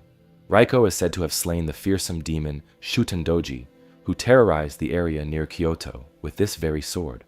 The blade's name, Dojigiri, translates roughly as Slayer of Doji. Commemorating its role in defeating the legendary demon, it remains preserved in excellent condition at the Tokyo National Museum, celebrated for its perfect balance, elegant curvature, and intricately tempered blade. displaying the meticulous craftsmanship of swordsmith Yasutsuna. Mikazuki Munechika is another celebrated sword within the group. Its name, Mikazuki, meaning crescent moon, reflects the graceful curved shape of its blade. Created by the master swordsmith Sanjo Munechika during the late Heian period, this sword is considered one of the finest examples of traditional Japanese sword making. It is known for its subtle yet striking appearance and unparalleled balance. Historically, Mikazuki Munechika was treasured by various powerful families, passing through generations of prominent Japanese leaders and samurai clans. Today, this legendary sword resides safely in Tokyo's National Museum, carefully protected as a national treasure. Onimaru Kunitsuna, the demon sword, has a particularly colorful tale attached. Crafted by the renowned swordsmith Kunitsuna, this blade was famously used by Hojo Tokimasa, an influential regent during the Kamakura shogunate. According to legend, the sword gained its fearsome name after Tokimasa used it to ward off or exorcise malevolent spirits troubling him at night. This legendary story gave the sword a powerful cultural resonance, symbolizing its ability to overcome evil. The sword was highly valued not only for its combat capabilities, but also as a protective talisman. Despite its fame, Onimaru Kunitsuna's current whereabouts are uncertain, leading some historians to speculate it may have been lost, destroyed, or remains privately held by an unknown collector. Juzumaru Tsunetsugu, crafted by the famous smith Tsunetsugu, is historically linked with Nichiren, the influential Buddhist priest who founded Nichiren Buddhism in Japan during the 13th century. The name Juzumaru originates from Buddhist prayer beads, symbolizing spiritual protection and purity. Nichiren himself reportedly possessed or used the blade as a spiritual tool rather than a weapon, further enhancing its symbolic importance. Today, the sword remains preserved at the Honkoji Temple, closely tied to the Nichiren Buddhist tradition, drawing visitors intrigued by its religious significance. Finally, Odenta Mitsuyo is perhaps the most elusive of the 5 heavenly swords. Forged by Mitsuyo, a renowned smith whose blades were celebrated for their strength and quality, the sword gained fame through association with prominent historical figures. One such figure, Maeda Toshie, a powerful feudal lord during the Sengoku period, was known to have possessed this sword. Records mention Odenta Mitsuyo being passed down through important families, but its exact current location remains unclear, shrouded in mystery. Scholars debate whether it survives today in a private collection or has been permanently lost due to historical upheavals. The process behind crafting these blades demonstrates the advanced metallurgy and careful craftsmanship of Japanese swordsmiths. Making a sword of this caliber required weeks or months of dedicated labor, involving meticulous selection and folding of steel, precision hammering, careful tempering, and precise polishing techniques. Each blade combines strength, flexibility, and sharpness in perfect harmony, characteristics necessary for samurai in battle. Japanese swords such as the Tenkagoken weren't merely weapons.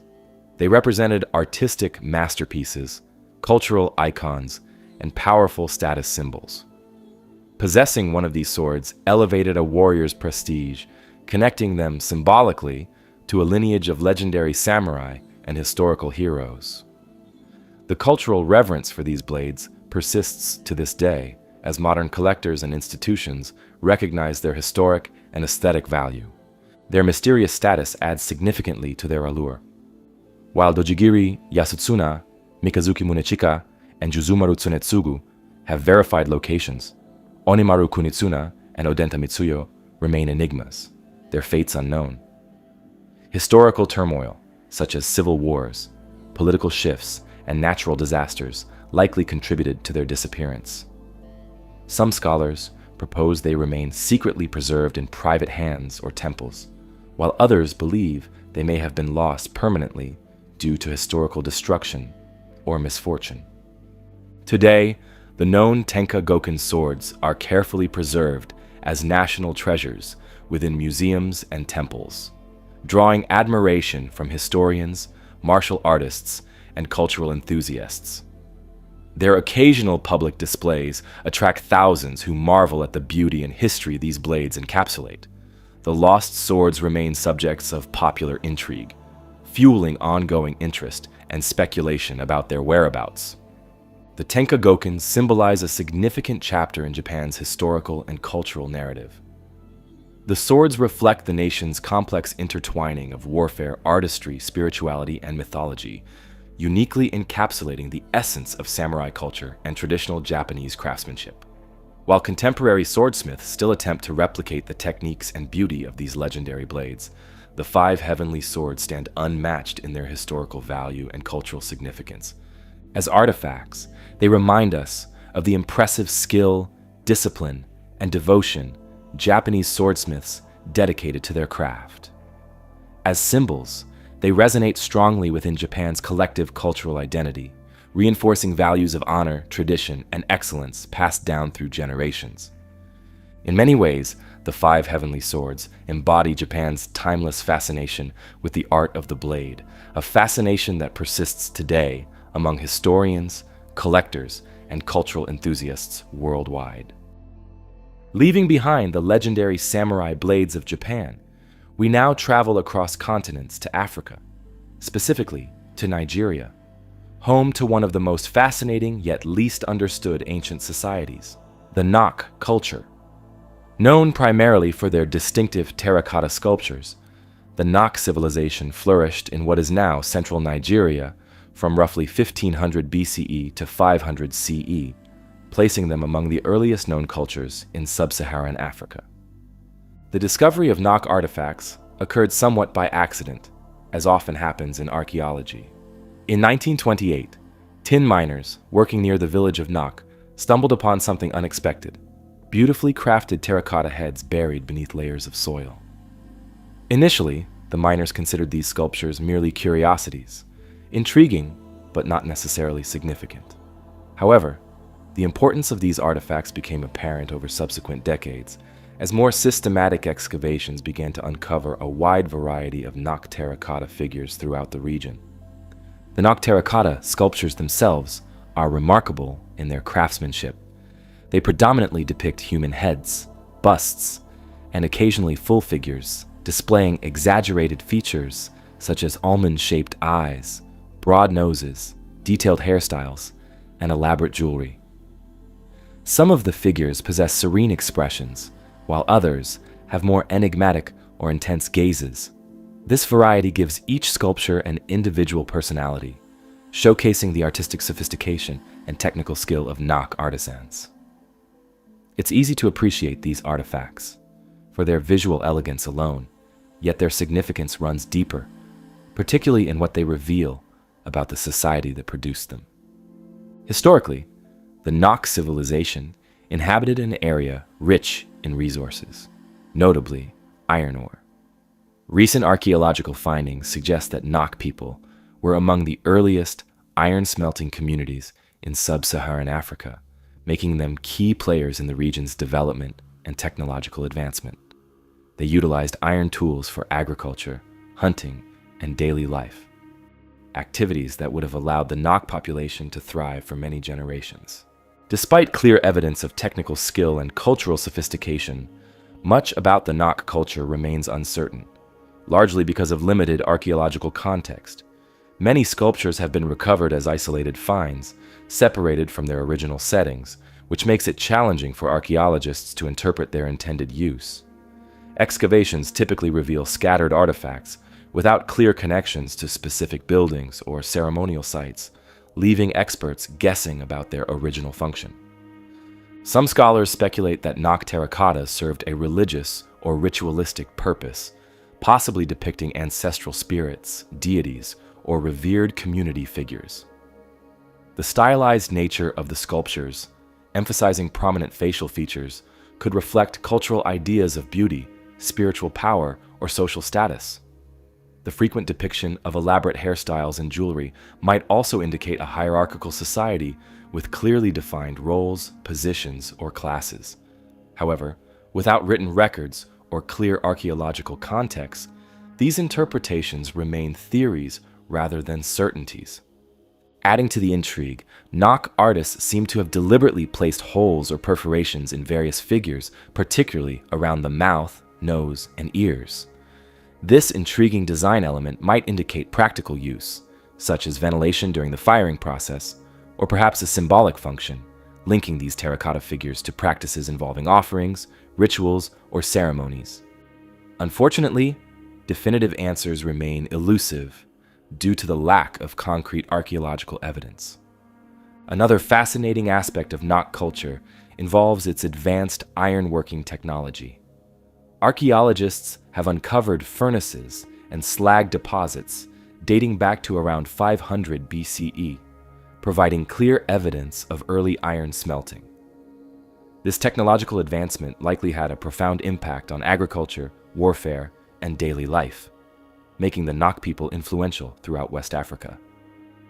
Still, despite the clear evidence of ironworking, there's little to suggest exactly how iron technology influenced Nok's cultural or artistic developments, including their terracotta creations. Interestingly, the Nok civilization seems to have disappeared quite abruptly around 500 CE, leaving behind only scattered artifacts. Various theories attempt to explain this sudden disappearance. Some historians propose environmental factors, such as prolonged drought or climate shifts, might have forced migrations or disrupted agricultural production, leading to societal collapse. Others speculate internal conflict, epidemics, or external pressures from neighboring communities as potential causes.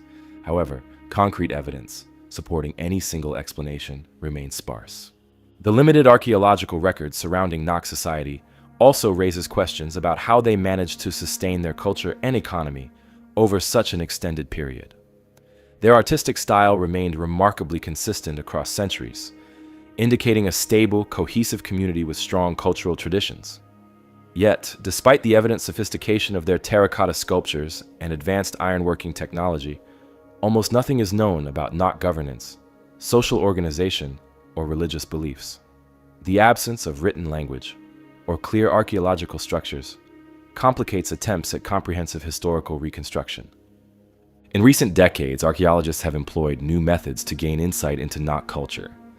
Excavations now use advanced technologies, such as remote sensing, detailed soil analysis, and dating techniques in hopes of better understanding Nok settlements and artifact contexts. Although these efforts have produced valuable insights, like evidence of residential and communal structures, many questions remain unanswered. Today, Nok artifacts are carefully preserved and displayed prominently in museums around the world, particularly in Nigeria's National Museum in Lagos. They hold significant cultural importance, representing some of the earliest examples of sub-Saharan African art and craftsmanship.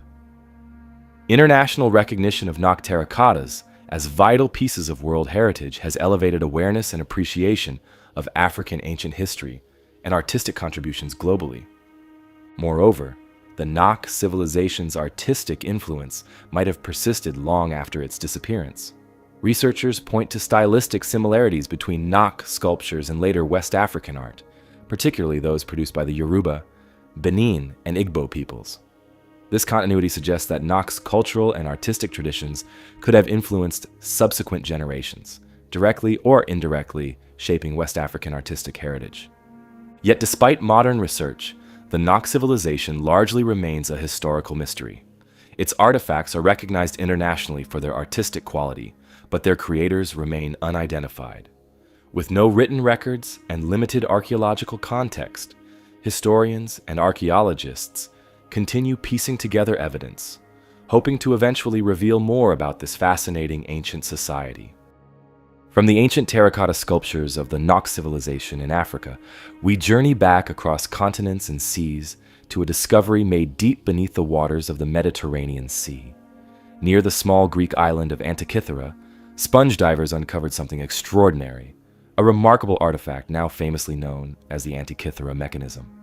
This enigmatic object has fascinated historians, archaeologists, and engineers alike since its unexpected discovery, representing one of the most astonishing examples of ancient technological ingenuity. The story of the Antikythera mechanism begins in the spring of 1900, when a group of Greek sponge divers encountered a violent storm off Antikythera Island. Seeking shelter, they anchored near the island's coast. While diving, they stumbled upon an underwater wreck that appeared ancient, filled with scattered bronze and marble artifacts lying amongst rocky crevices. The wreck was soon confirmed to be a Roman-era ship, probably sunk around 70 to 60 BCE while transporting valuable Greek cargo, including statues, luxury items, and bronze objects destined for the Roman elite. Among the retrieved artifacts, one particular object stood out, initially dismissed as a corroded bronze lump.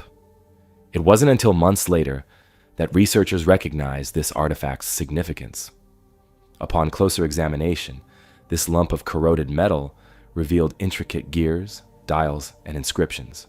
It was clear the object was not merely decorative or ceremonial. It was mechanical, deliberately engineered, and astonishingly sophisticated. The device became known as the Antikythera mechanism, widely considered the world's earliest known analog computer. At first glance, this device appears somewhat unassuming, especially after centuries underwater left it heavily encrusted and damaged. But beneath corrosion layers lay an intricate network of interlocking bronze gears, carefully crafted and astonishingly precise. These gears were not simply decorative.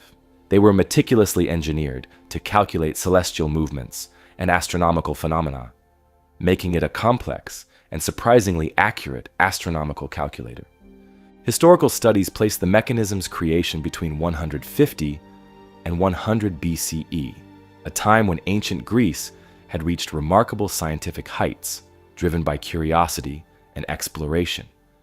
This was the era of Greek thinkers like Hipparchus and Archimedes, whose profound contributions to mathematics, astronomy, and engineering greatly influenced subsequent civilizations. Though direct evidence linking the Antikythera mechanism to a specific inventor remains elusive, historians speculate it may have originated from the Hellenistic scientific tradition centered around the Greek islands or major centers of knowledge, such as Alexandria or Rhodes. The device itself, once cleaned and carefully studied, proved astonishingly complex, far beyond what historians had previously thought possible for its time. Researchers using advanced imaging techniques, including X-ray computed tomography, revealed over 30 interlocking bronze gears hidden within the heavily corroded artifact. These gears were designed to predict the movements of the sun, moon, and known planets, to track lunar phases, eclipses, and even to model the complex irregularities in the moon's orbit, demonstrating an impressive grasp of astronomical knowledge and mechanical engineering. On its front face, the Antikythera mechanism had dials marking zodiac positions, months, and lunar phases. On its back, additional dials and scales allowed users to track solar and lunar eclipses and calculate the timing of significant ancient Greek events, such as the Olympic Games. Remarkably, the inscriptions on its dials were written in Greek, providing instructions and explanations of how the device operated, confirming it as an advanced educational and practical tool rather than merely an ornamental object. Yet, despite understanding its mechanical complexity and astronomical accuracy, questions about the Antikythera mechanism's purpose and intended use persist. Scholars generally agree it functioned as a sophisticated astronomical calculator, possibly intended for teaching astronomy, navigation, or even astrology. Some historians speculate it was designed to help seafarers and travelers predict celestial phenomena for practical navigation. Others propose a ceremonial or educational use, perhaps as a demonstration of advanced Greek scientific achievements and an instrument for instructing students about astronomy. Comparisons to similar artifacts or historical accounts offer limited clarity. Although ancient texts occasionally describe mechanical or astronomical devices, such as Archimedes' famed sphere or references by Cicero to similar Greek instruments, no other ancient artifact resembling the complexity of the Antikythera mechanism has ever been found. This uniqueness adds significantly to its mystery, prompting questions about whether such mechanical knowledge was widespread or limited to a specialized group of Greek craftsmen and scholars. The historical context of the Hellenistic world at the time provides valuable insights into who might have designed and crafted the Antikythera mechanism. Alexandria in Egypt, home to the famous library and museum, was a center of scientific and technological innovation where scholars freely exchanged knowledge. Rhodes, another important intellectual hub known for advanced craftsmanship and maritime trade, also remains a potential candidate for the mechanism's origin. The device's craftsmanship suggests its creators possessed an advanced understanding of both astronomy and engineering, indicating a collaboration between astronomers, mathematicians, and skilled artisans. However, despite identifying possible cultural and historical contexts, the exact inventor or workshop responsible remains uncertain. Historical records from the period mention skilled craftsmen and inventors, but none explicitly identify the Antikythera mechanism. Without clear documentation or additional artifacts from the same workshop, historians can only speculate based on circumstantial evidence. The Antikythera mechanism also raises fascinating questions about the broader impact and survival of ancient Greek technological knowledge. Its existence suggests that mechanical devices and analog calculators were more advanced and widespread in ancient Greece than previously understood. Some historians propose that similar devices existed but have been lost over time due to corrosion, recycling of valuable bronze materials, or historical upheaval. Others consider it possible that such mechanical and astronomical knowledge gradually faded from common usage, overshadowed by societal changes or historical disruptions. Today, the Antikythera mechanism is carefully preserved in Athens at the National Archaeological Museum, where it remains a highlight of their extensive collection. Museum visitors frequently marvel at the intricacy of its gears and the astonishing scientific sophistication of ancient Greek civilization. Scholars and historians continue studying the artifact using advanced imaging technology and computer modeling to better understand its functions and historical implications. Modern reconstructions have demonstrated the mechanism's practical functionality, accurately replicating its ability to predict celestial events, eclipses, and lunar phases. These reconstructions provide valuable educational tools, allowing contemporary audiences to appreciate firsthand the remarkable capabilities of ancient Greek science and engineering. Despite extensive research and reconstruction efforts, key mysteries remain surrounding the Antikythera mechanism. Who precisely invented and constructed this ancient computer? How widespread was its use in ancient Greek society, and why haven't similar devices been discovered elsewhere? Such unanswered questions continue inspiring further research, archaeological exploration, and academic debate. Ultimately, the Antikythera mechanism symbolizes ancient Greece's advanced scientific achievements and sophisticated engineering capabilities. This artifact, though corroded and fragmented, offers undeniable proof that the ancients possessed technical knowledge previously underestimated by modern historians. Shifting our focus from the sophisticated gears and celestial mysteries of ancient Greece's Antikythera mechanism, we now arrive on the island of Crete, a Mediterranean crossroads rich in history and archaeological treasures. Here, amidst the ruins of a Minoan palace, archaeologists uncovered one of the most enigmatic artifacts ever discovered, the Phaistos Disc. This peculiar clay artifact has intrigued scholars, linguists, and history enthusiasts alike for more than a century, largely because it bears inscriptions in a script that remains undeciphered to this day. The discovery of the Phaistos Disc occurred in 1908, during excavations at the ancient palace complex near the town of Phaistos in southern Crete. Italian archaeologist Luigi Pernier, who led the excavation, came across the small disc buried among other artifacts beneath layers of rubble. The palace site, originally dating from around 1700 to 1600 BCE, was a significant center of the Minoan civilization, known for its remarkable artistic achievements, vibrant culture, and far-reaching influence across the Mediterranean region. The Phaistos disc itself is relatively modest in size, measuring about 16 centimeters in diameter and approximately 2 centimeters thick. Fashioned from fired clay, It is carefully and symmetrically crafted with a finely smoothed surface. What immediately captures attention, however, is the intriguing spiral inscription covering both sides of the disc. Stamped into the clay using individual reusable characters, the inscriptions form a unique spiral pattern, spiraling inward from the outer edge to the center, creating an aesthetically pleasing but perplexing arrangement. This inscription contains 241 individual symbols, comprising 45 distinct pictographic characters arranged into sequences separated by short vertical lines. The characters themselves depict diverse objects including human figures, animals, plants, and various abstract forms. Some recognizable symbols include helmets, shields, fish, tools, and what seem like houses or ships, each carefully stamped into the clay, reflecting careful craftsmanship and methodical design.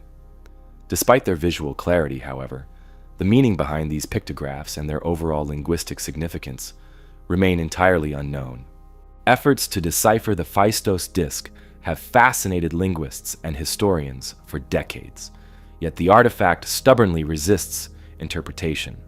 While numerous theories and decoding attempts have emerged, consensus remains elusive. One challenge to decipherment lies in the uniqueness of the artifact. No similar script or language has been found elsewhere in Crete or throughout the broader Mediterranean region. Unlike Linear A or Linear B scripts discovered elsewhere on Crete, which are partially deciphered or better understood, the Phaistos Disc's script appears wholly unrelated, leaving linguists puzzled.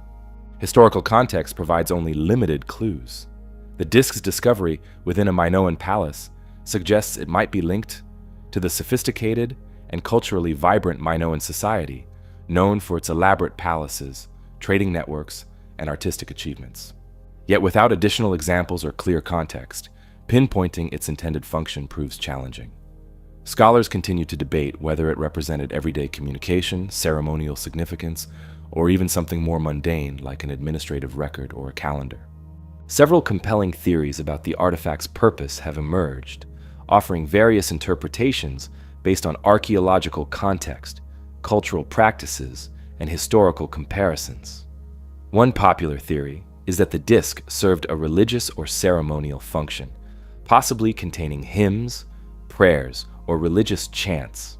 The spiral arrangement might symbolize religious journeys, cosmological beliefs, or ritualistic processes. Ancient Minoans, whose religious practices included worshipping natural forces and deities represented by various symbols, might have used the disc during ceremonies or festivals, though concrete evidence supporting this theory is lacking. Another possibility is that the disc functioned as a historical or administrative document. The carefully stamped characters could represent names, places, goods, or transactions, perhaps documenting a significant event, trade agreement, or tribute record. The presence of military-like imagery such as helmets and shields suggests potential connections to warfare, diplomacy, or administration.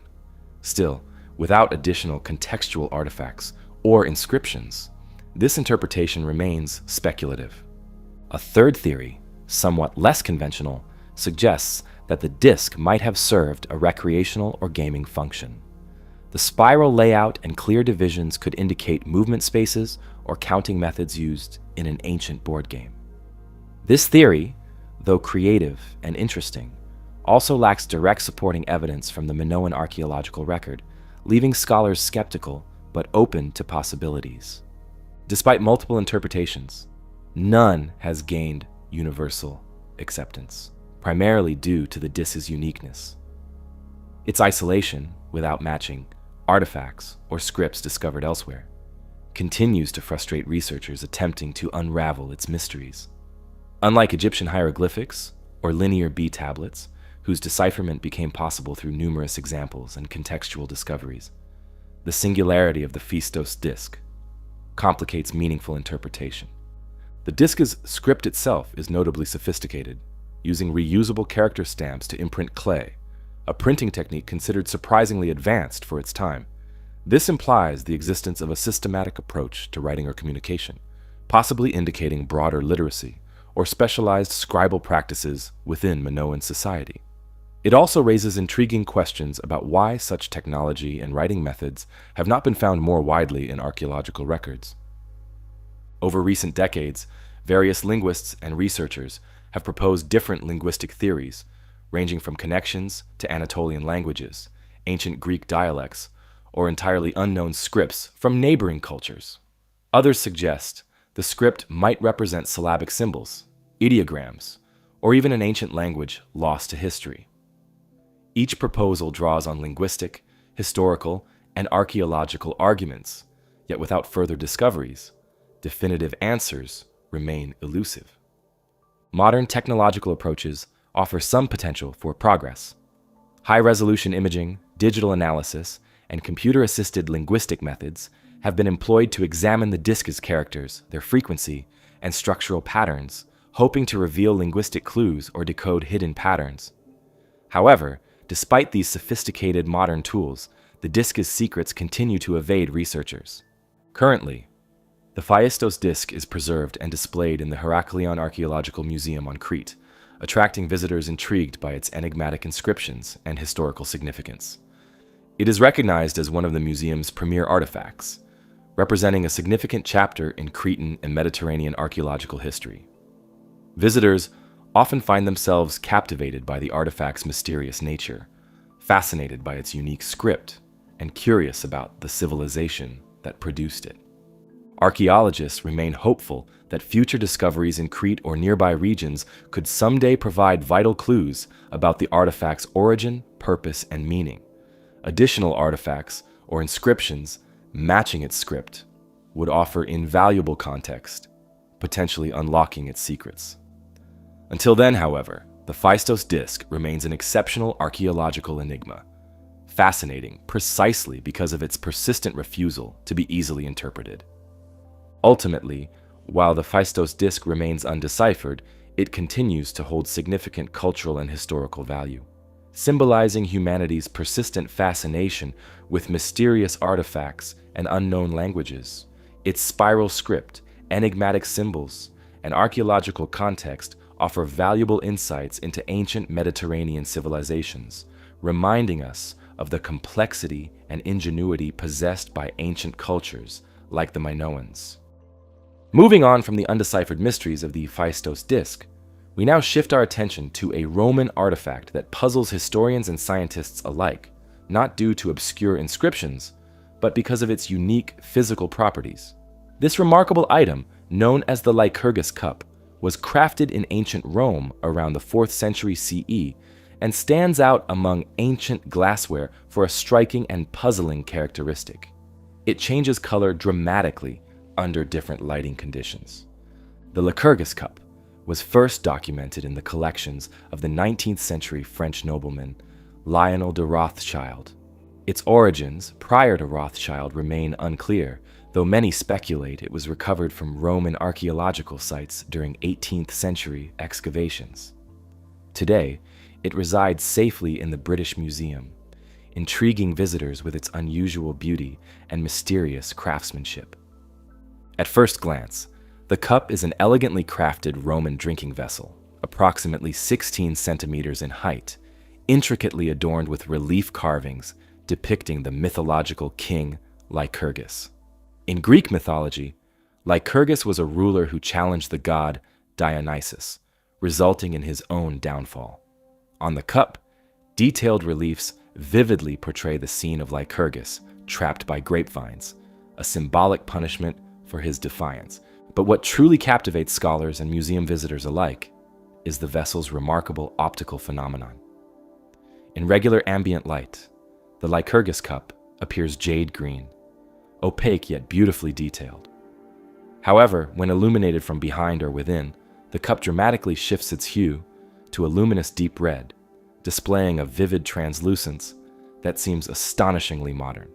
This remarkable optical transformation, known scientifically as dichroism, is rare among ancient artifacts and represents one of the earliest known examples of color-changing glass.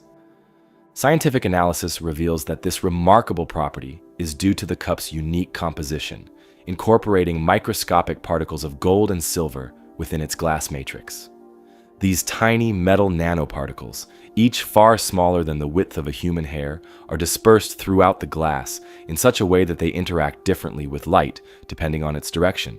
In modern terms, this represents an ancient form of nanotechnology, demonstrating a surprising level of scientific sophistication. The presence of these metallic nanoparticles puzzled researchers when first discovered, as it implies that Roman craftsmen had an advanced understanding of materials and their optical properties. The exact techniques by which they achieved this remarkable effect remain uncertain. Ancient glassmaking typically involved heating and blending silica with various metallic oxides, or additives, to produce different colors. But achieving consistent nanoparticle dispersion of gold and silver at precisely the right scale requires careful control of temperature and material ratios, a capability historians previously believed beyond Roman artisans. Historical records and artifacts suggest Roman glassmakers experimented extensively with colorants, producing beautiful and varied hues, using minerals like copper, cobalt, and manganese. The creation of luxurious and elaborately decorated glassware was widespread during Rome's imperial period, particularly within elite circles. However, surviving Roman glass artifacts rarely show evidence of the precise nanoparticle technology demonstrated in the Lycurgus cup, making this artifact exceptionally unusual.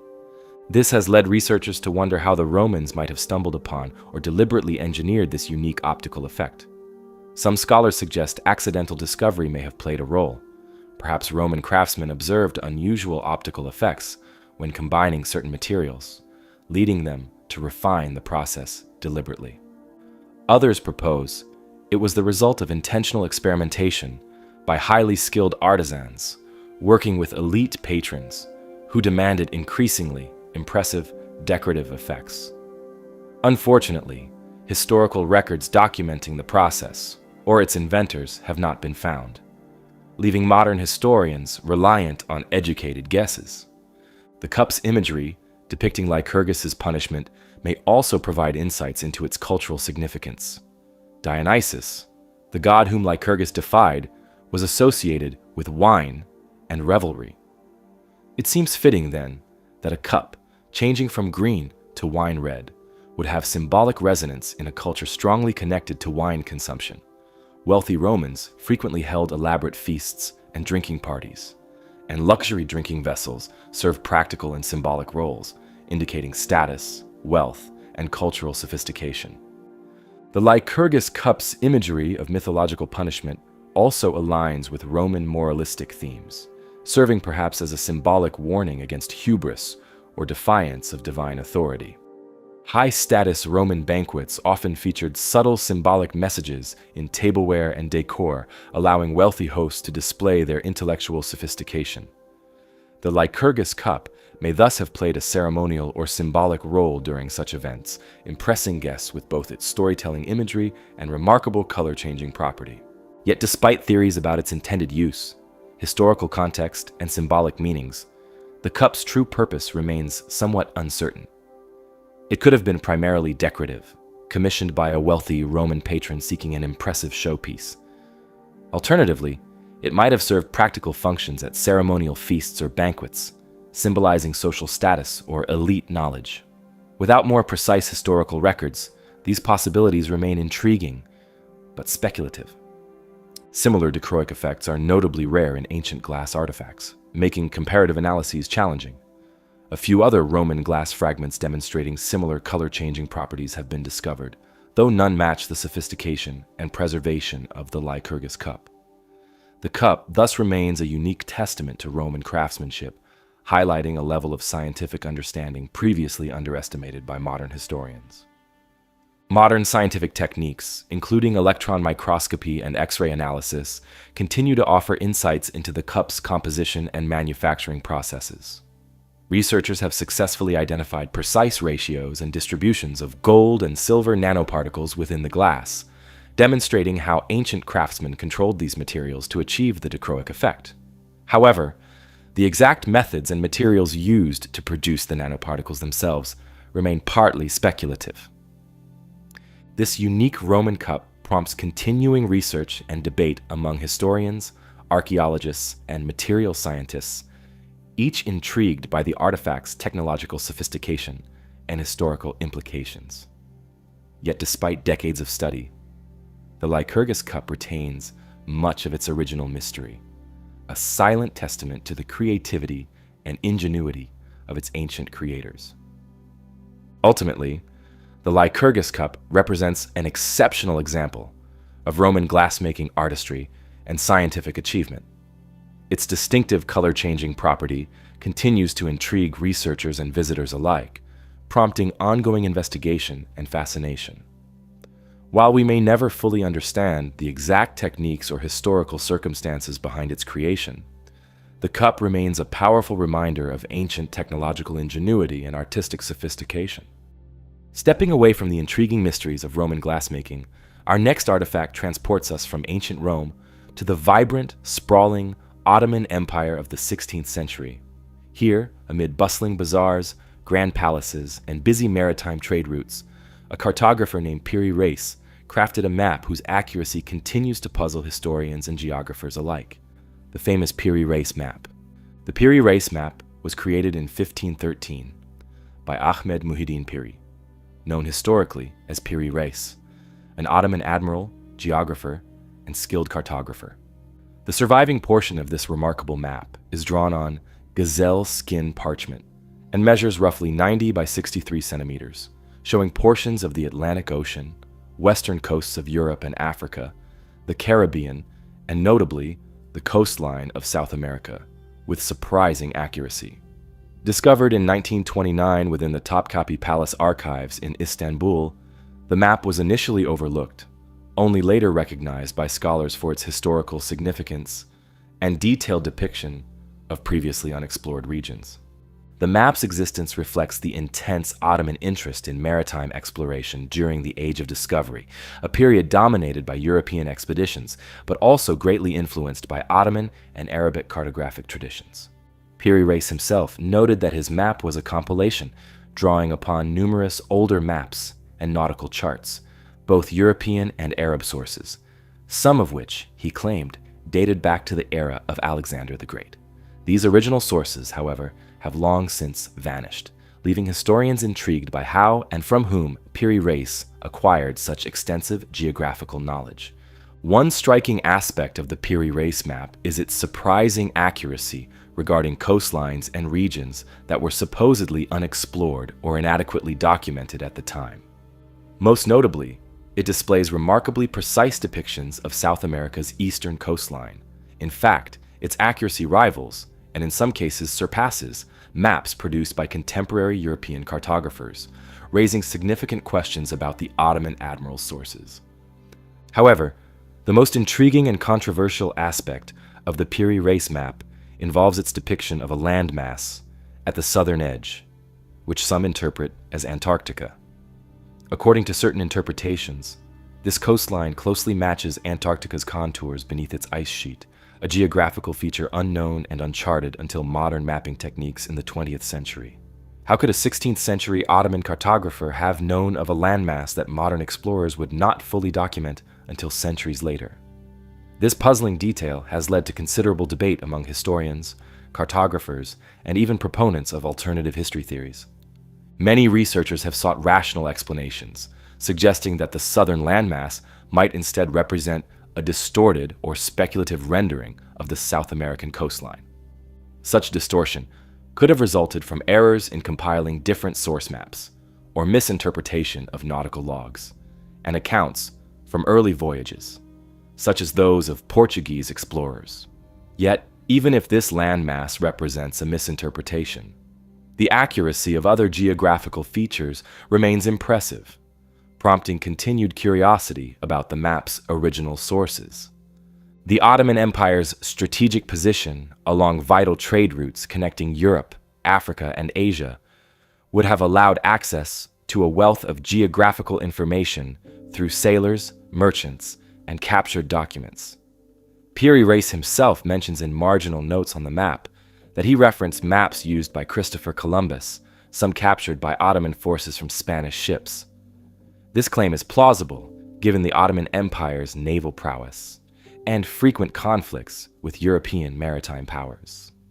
Such captured European sources might have provided critical cartographic information about the Americas, accounting for much of the map's accuracy. Furthermore, the map includes illustrations and notes about indigenous animals and resources, suggesting the Ottomans' interest was not merely academic, but driven by practical and economic considerations. For example, alongside coastal details, the map features decorative illustrations of parrots, monkeys, and mythological sea creatures, reflecting contemporary fascination with exotic New World wildlife and trade opportunities. Nevertheless, these plausible explanations have not prevented more speculative theories from emerging. Some enthusiasts argue that the map is evidence of ancient, advanced civilizations predating known human exploration, theorizing that Piri Reis accessed ancient cartographic sources, tracing back to societies with precise navigational skills and global knowledge, such as lost civilizations of Atlantis or undiscovered ancient mariners. While these theories remain popular in alternative historical discussions, historians typically approach them with skepticism due to a lack of tangible archaeological evidence. Comparing the Piri Reis map to other contemporary maps reveals both similarities and notable differences. European maps from the same period, like those by Mercator or Ortelius, often relied heavily on speculative or incomplete information, resulting in distorted depictions of the New World. The comparative accuracy of certain coastlines on Piri Reis's map indicates he may have utilized more reliable, first-hand maritime accounts or earlier maps derived from actual voyages, potentially including lost Portuguese, Spanish, or Arabic charts. Piri Reis's background provides valuable historical context for the map's creation. As an experienced admiral, he had considerable first-hand knowledge of naval expeditions and extensive access to seafaring reports from sailors navigating the Atlantic, Mediterranean, and Indian Oceans. Ottoman naval archives and interactions with sailors from various cultures would have provided Piri Reis ample opportunity to gather geographical intelligence, contributing significantly to the map's accuracy. The map itself was originally part of a larger world map that Piri Reis constructed, though only a fragment remains today. Its marginal notes provide brief explanations, sources, and geographical insights, offering clues into the Ottoman perspective on global exploration and maritime knowledge at the time. Today, the surviving fragment of the Piri Reis map is carefully preserved in Istanbul's Topkapi Palace Museum, often displayed in special exhibitions highlighting Ottoman cartographic achievements. Visitors viewing the map can appreciate firsthand the Ottomans' extensive maritime networks, sophisticated cartographic tradition, and active engagement in global exploration, rivaling their European contemporaries.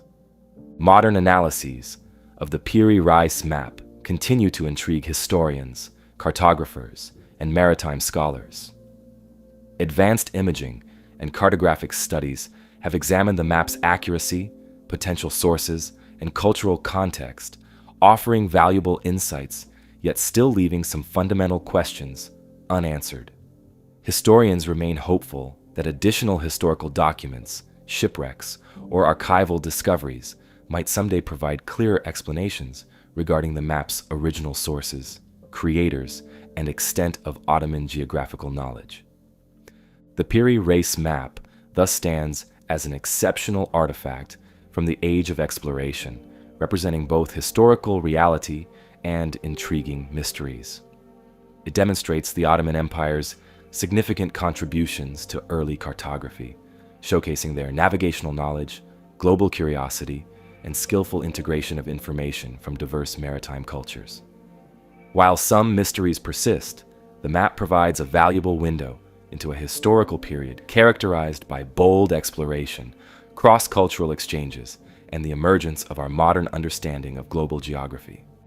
Moving from the intricate maps of the Ottoman Empire to the lush tropical landscape of Costa Rica, we encounter another fascinating archaeological mystery, the Costa Rica stone spheres. These remarkable artifacts, perfectly rounded stones of varying sizes, have captivated scholars and visitors alike, scattered across the country's forests, rivers, and fields. The discovery of these spheres dates back to the 1930s, when agricultural workers from the United Fruit Company were clearing dense jungle areas in the Decipher Delta region to plant banana crops. While clearing vegetation, workers stumbled upon these large, seemingly man-made stone objects. Initially seen merely as curiosities or obstacles, their significance was recognized only later by archaeologists, who began systematic study and excavation of these intriguing artifacts. The Costa Rican spheres are composed primarily of granodiorite, a hard volcanic rock that's notoriously difficult to shape. Their sizes vary significantly, ranging from a few centimeters in diameter up to more than 2 meters, with weights that can reach as much as 15 tons. Despite their massive proportions, these spheres exhibit extraordinary craftsmanship. Their surfaces are smooth and evenly rounded, with near-perfect symmetry, a degree of precision remarkable for pre-Columbian civilizations. The earliest creation of these spheres is attributed to the indigenous Decipher culture, which flourished in the region from approximately 700 to 1530 CE. This culture, part of the broader Cherokee civilization, developed a complex society with established trade networks, advanced agriculture, and significant cultural practices. However, beyond these general historical details, much about their daily life, traditions, and particularly their reasons for creating these spheres remains obscure. This absence of direct historical records or oral traditions explaining the stone's purpose has fueled considerable debate and speculation among archaeologists. One prominent theory suggests that the spheres might have served as territorial markers or status symbols, indicating ownership of specific lands or properties. The sphere's arrangement and size might have communicated social standing, with larger or more finely crafted spheres possibly belonging to individuals of higher status or significance. Another theory links the spheres to astronomical or calendrical functions. The meticulous crafting and careful placement of certain spheres, particularly those found in organized groups, has led some researchers to suggest alignments corresponding with celestial events. This concept proposes that the indigenous people of the region may have used these spheres as primitive yet effective astronomical markers, tracking solstices, equinoxes, or other significant dates relevant to agriculture or ceremonial life. Nevertheless, while this theory remains popular, clear evidence of deliberate astronomical alignment remains elusive, with ongoing research attempting to verify these claims. Alternatively, some historians believe these stone spheres had ceremonial or religious significance. Indigenous cultures across the Americas often integrated significant stones into religious rituals or spiritual beliefs, seeing them as powerful symbols of stability, eternity, or spiritual connection. The smooth, symmetrical nature of these spheres might have represented perfection, balance, or cosmological ideals within the culture's worldview, potentially serving as focal points during religious ceremonies or communal rituals. The biggest puzzle surrounding these spheres, however, remains the methods employed to craft and transport them. Carving and shaping granodiorite into nearly perfect spheres, especially given their large sizes, would have required considerable skill, labor, and patience. Tools used in the process have not been definitively identified, but archaeologists speculate that stone and wooden instruments, combined with abrasive materials, such as sand, might have gradually smoothed the sphere's surfaces. Still, achieving such precision without modern tools and machinery presents significant practical challenges, leaving historians impressed yet puzzled by the techniques ancient artisans used. Similarly perplexing is the transportation of these large spheres. Many spheres have been found considerable distances from known sources of granodiorite, sometimes located tens of kilometers away from their probable quarry sites. Moving stones weighing multiple tons across dense tropical terrain would have required sophisticated logistical planning, manpower, and organization, reflecting a level of societal cooperation and technical capability previously underestimated for these ancient peoples. Comparatively, similar spherical stones have been found in various cultures worldwide, though rarely matching the size, precision, or number of the Costa Rican examples. For instance, spherical stones have appeared in archaeological sites from Bosnia, Scotland, and New Zealand, yet none exhibit the degree of refinement or apparent cultural significance seen in the Costa Rican spheres. This uniqueness has prompted further curiosity about the Diqui civilization and its capacity for complex social organization and skilled artisanship. These stone spheres hold considerable cultural significance in Costa Rica.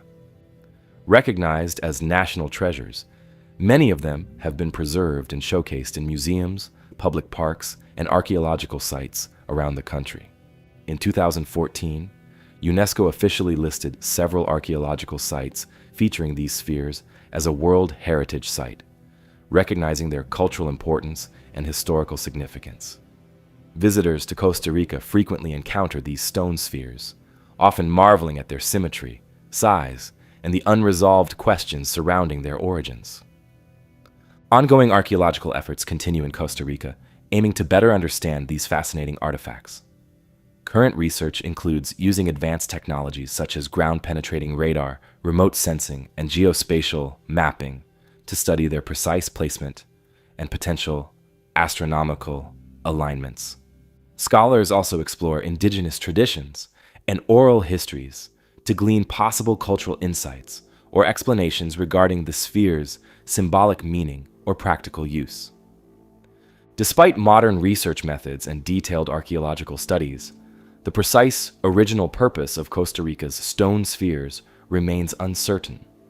Each new excavation or analysis offers valuable clues, yet many fundamental questions persist unanswered. Who precisely crafted these spheres? What cultural or practical purposes motivated their construction? And how were they transported and arranged so precisely across challenging terrain? Moving from the mysterious stone spheres of Costa Rica, we now turn our attention to medieval Europe, a world filled with monasteries, illuminated manuscripts, and vibrant religious beliefs. Among countless medieval texts that have survived to modern times, one stands out for its extraordinary size, unusual legend, and fascinating historical significance: the Codex Gigas, often referred to as the Devil's Bible. The Codex Gigas, whose name translates simply as giant book, is the largest surviving medieval manuscript in the world. It was created in the early 13th century, around 1229 CE, most likely at a Benedictine monastery in what is now the Czech Republic. Historically, the manuscript is associated with the monastery at Podlažis, although exact details of its creation remain uncertain. Physically, the Codex Gigas is impressive, measuring roughly 92 centimeters tall, 50 centimeters wide, and approximately 22 centimeters thick. It weighs around 75 kilograms, making it nearly impossible for one person to handle comfortably. The book's massive size required roughly 160 animal skins, most likely calf or donkey, to provide the parchment for its 620 pages. This practical detail alone indicates the significant resources, time, and labor needed to produce the manuscript, emphasizing its importance during medieval times. The book's contents are equally remarkable.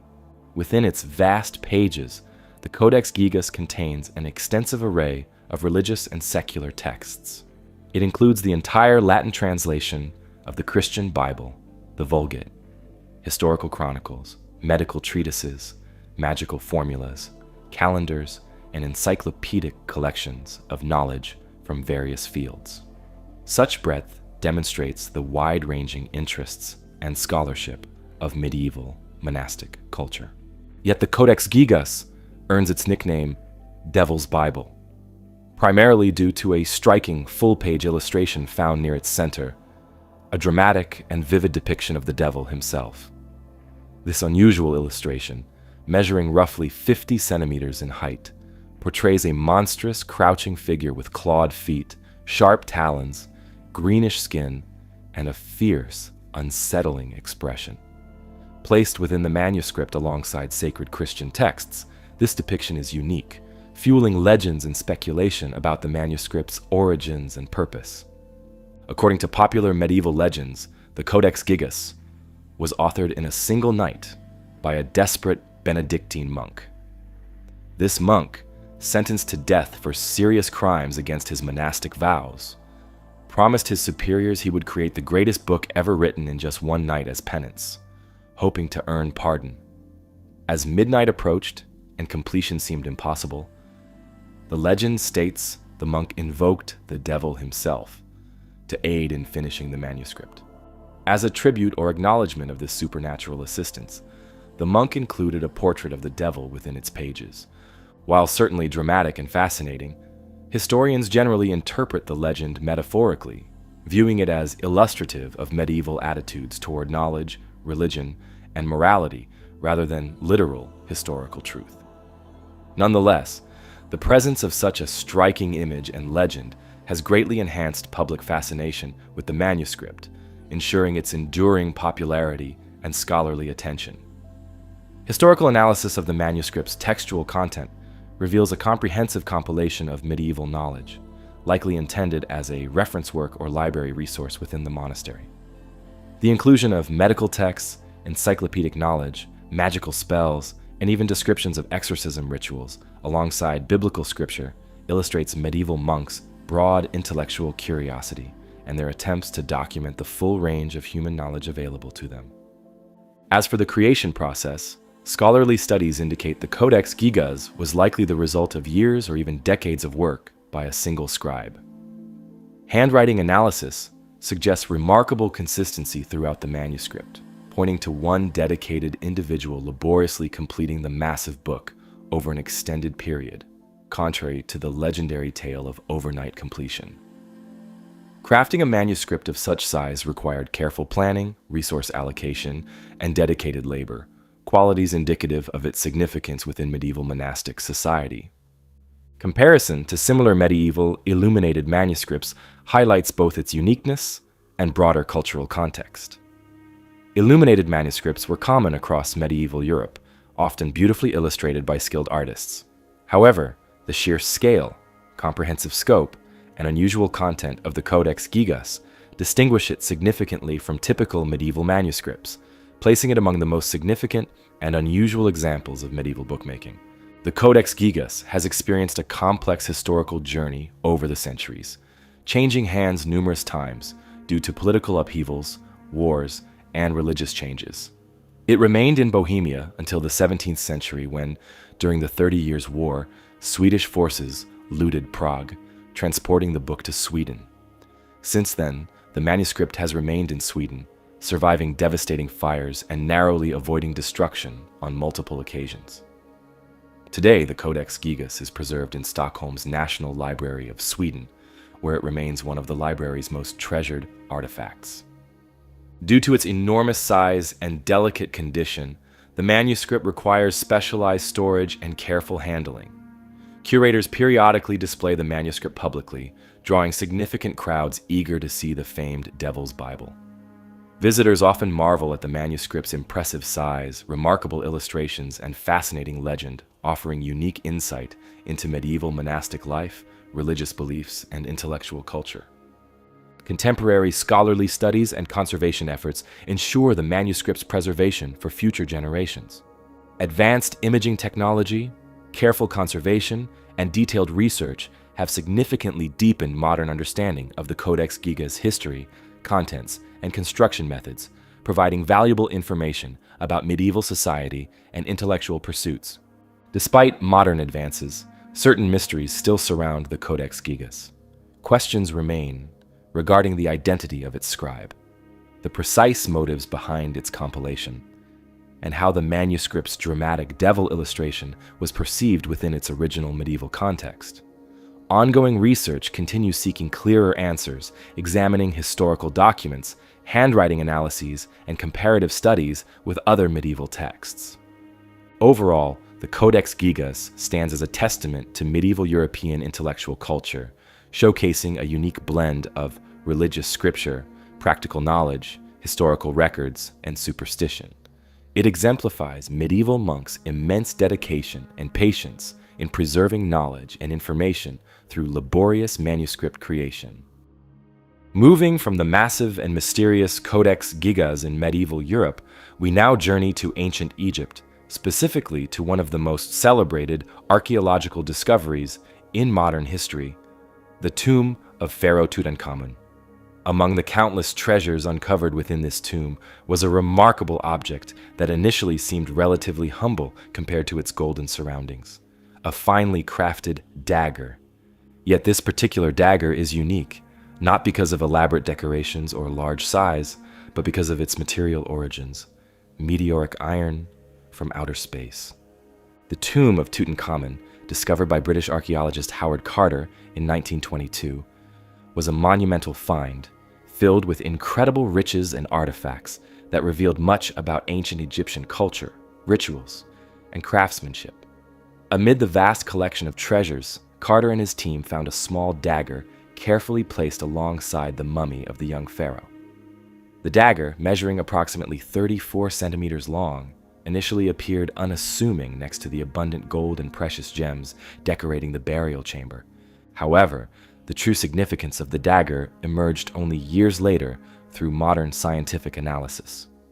Using advanced X-ray fluorescence spectroscopy, researchers discovered the dagger blade was made from iron, but not iron sourced from earthly mines or ores. Instead, it contained high levels of nickel and cobalt, an unmistakable signature of meteoric iron. This surprising revelation raised fascinating questions about ancient Egyptian metalworking, trade networks, and the symbolic significance of using iron derived from space rocks. Historical context provides valuable insight into why meteoric iron was so special for ancient Egyptians. During Tutankhamun's reign, around 1336 to 1327 BCE, iron was incredibly rare and valuable, even more so than gold or silver.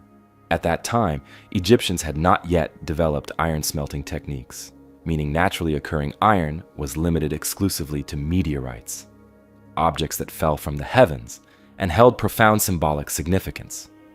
Ancient Egyptians often referred to iron as metal of heaven, believing meteorites were divine gifts, possibly sent by their gods. This spiritual belief about meteoric iron likely influenced the crafting of Tutankhamun's dagger. Its blade, despite its extraterrestrial origin, was skillfully forged, reflecting sophisticated metalworking knowledge previously underestimated for ancient Egypt. Ancient craftsmen had managed to shape, sharpen, and polish the blade using techniques suited to iron's toughness, remarkably achieved without widespread iron smelting methods.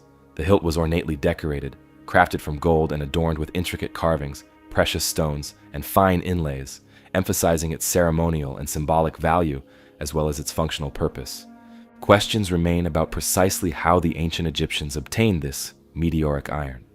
Historical records from Tutankhamun's era are scarce regarding trade or collection practices related specifically to meteorites. However, Egyptologists have suggested several possibilities. One theory proposes that meteorites were collected and traded from regions outside Egypt, possibly via trade networks extending into Nubia, Mesopotamia, or other neighboring cultures.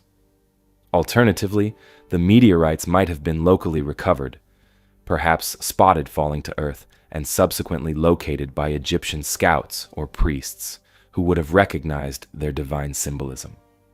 Comparison with similar artifacts from ancient Egypt and neighboring civilizations provides additional context. Meteoric iron artifacts are exceedingly rare throughout the ancient world, making Tutankhamun's dagger an especially notable exception. Other examples include small iron beads found in pre-dynastic Egyptian burials dating from earlier periods, indicating a long-standing cultural recognition of meteoric iron's unique value. Additionally, similar objects crafted from meteoric iron have been discovered in ancient Mesopotamia, highlighting broader regional awareness and appreciation of meteorites. Culturally, the dagger's significance is deeply tied to Tutankhamun's royal status and Egyptian religious beliefs. Tutankhamun ascended the throne at a young age, his brief reign defined largely by restoration of traditional Egyptian religious practices. Objects buried alongside him were carefully chosen to emphasize divine favor, royal power, and spiritual symbolism. The dagger, crafted from metal believed to originate from the heavens, would have symbolically reinforced Tutankhamun's divine right to rule and his connection with the gods. Yet, despite careful research and historical study, certain mysteries persist. Modern researchers continue debating precisely how Egyptian metalworkers crafted and shaped this hard material without established iron smelting techniques. Experimental archaeology has demonstrated that ancient smiths could have heated and hammered meteoric iron into shape using simpler bronze or stone tools, combined with abrasive materials for polishing and sharpening. Still, precisely replicating this process today proves challenging, highlighting the impressive skills of ancient Egyptian craftsmen. The specific meteorite source remains uncertain as well. Researchers have identified several potential candidates through scientific analysis and geographical studies, including known meteorite sites in Egypt's western desert and regions beyond. Historical records indicate Egyptians were aware of meteorite falls and occasionally collected meteorites for ceremonial or symbolic purposes. Still, conclusive identification of the dagger's meteorite source remains elusive, prompting ongoing scientific and archaeological investigations. Modern interest in Tutankhamun's meteoric dagger extends beyond Egyptology into broader scientific communities. Its extraterrestrial material origin has attracted interest from geologists, metallurgists, and planetary scientists, each intrigued by the artifact's unique intersection between archaeology and meteoritics. Recent studies have employed advanced analytical techniques such as mass spectrometry, scanning electron microscopy, and neutron tomography to examine the dagger's microscopic structure, confirming its meteoric iron composition and shedding additional light on ancient metalworking methods. The dagger itself, now housed safely in Cairo's Egyptian Museum, remains an iconic artifact symbolizing ancient Egypt's remarkable craftsmanship, religious symbolism, and technological capabilities. It frequently features in museum exhibitions and documentaries exploring Tutankhamun's treasures, ancient Egyptian beliefs, and historical metallurgy. Museum visitors, historians, and scientists alike continue to marvel at this exceptional artifact, appreciating its cultural and historical significance while recognizing ongoing mysteries surrounding its creation. Overall, Tutankhamun's meteoric iron dagger serves as a compelling reminder of ancient Egyptian civilization's ingenuity, spirituality, and global interconnectedness. It highlights Egypt's active participation in regional trade networks, the skilled craftsmanship of ancient metalworkers, and the spiritual significance ancient cultures assign to celestial phenomena. While certain historical and technical questions remain unanswered, the dagger continues to intrigue, providing valuable insights into the complex and sophisticated society of ancient Egypt. Moving on from the fascinating craftsmanship and cosmic origins of Tutankhamun's dagger, we now shift focus toward a much-debated religious artifact of European origin, the Shroud of Turin. Housed securely within Turin Cathedral in Italy, the Shroud is perhaps one of Christianity's most enigmatic relics, intriguing both the faithful and skeptical alike. The Shroud of Turin is a linen cloth, measuring approximately 4.4 meters long and 1.1 meters wide, bearing a faint, ghostly imprint of a human figure. Believers assert that the image represents Jesus Christ himself, capturing the moment following his crucifixion. Indeed, the cloth clearly depicts a human form, with visible markings resembling wounds from nails, thorns, and scourging, all consistent with accounts of the crucifixion described in the New Testament. Its significance thus extends far beyond mere historical interest, placing the Shroud among Christianity's most revered religious relics. Historical records regarding the Shroud's origins first appear in the mid-14th century, with documentation indicating its presence in Lille, France. At this time, the Shroud was displayed publicly, attracting pilgrims who believed it held sacred significance. The exact details of how the Shroud arrived in France remain unclear, though some researchers suggest it could have traveled through religious or military networks during the Crusades. Medieval European interest in holy relics was intense, with various churches competing for prestige through possessing notable artifacts associated with saints or biblical figures. Throughout subsequent centuries, the Shroud passed through various noble hands and religious institutions, eventually reaching Turin in 1578. In Turin, it gained considerable prominence, frequently displayed during religious festivals and royal occasions. Historical events and natural disasters posed frequent risks to the Shroud. A major fire in 1532 notably damaged parts of the linen fabric, leading to subsequent patches and restorations. Yet despite such damage, the central image remarkably survived, enhancing its perceived miraculous status among believers. The image on the shroud itself has fascinated observers since its first public exhibitions. Initially difficult to perceive clearly, it became dramatically more visible in 1898 when Italian photographer Secondo Pia captured the first photograph of the shroud. To Pia's surprise, photographic negatives revealed a detailed, strikingly realistic human figure. This unexpected photographic reversal sparked immediate public and scholarly interest, leading to ongoing scientific investigation and intense debate about the shroud's authenticity and origins.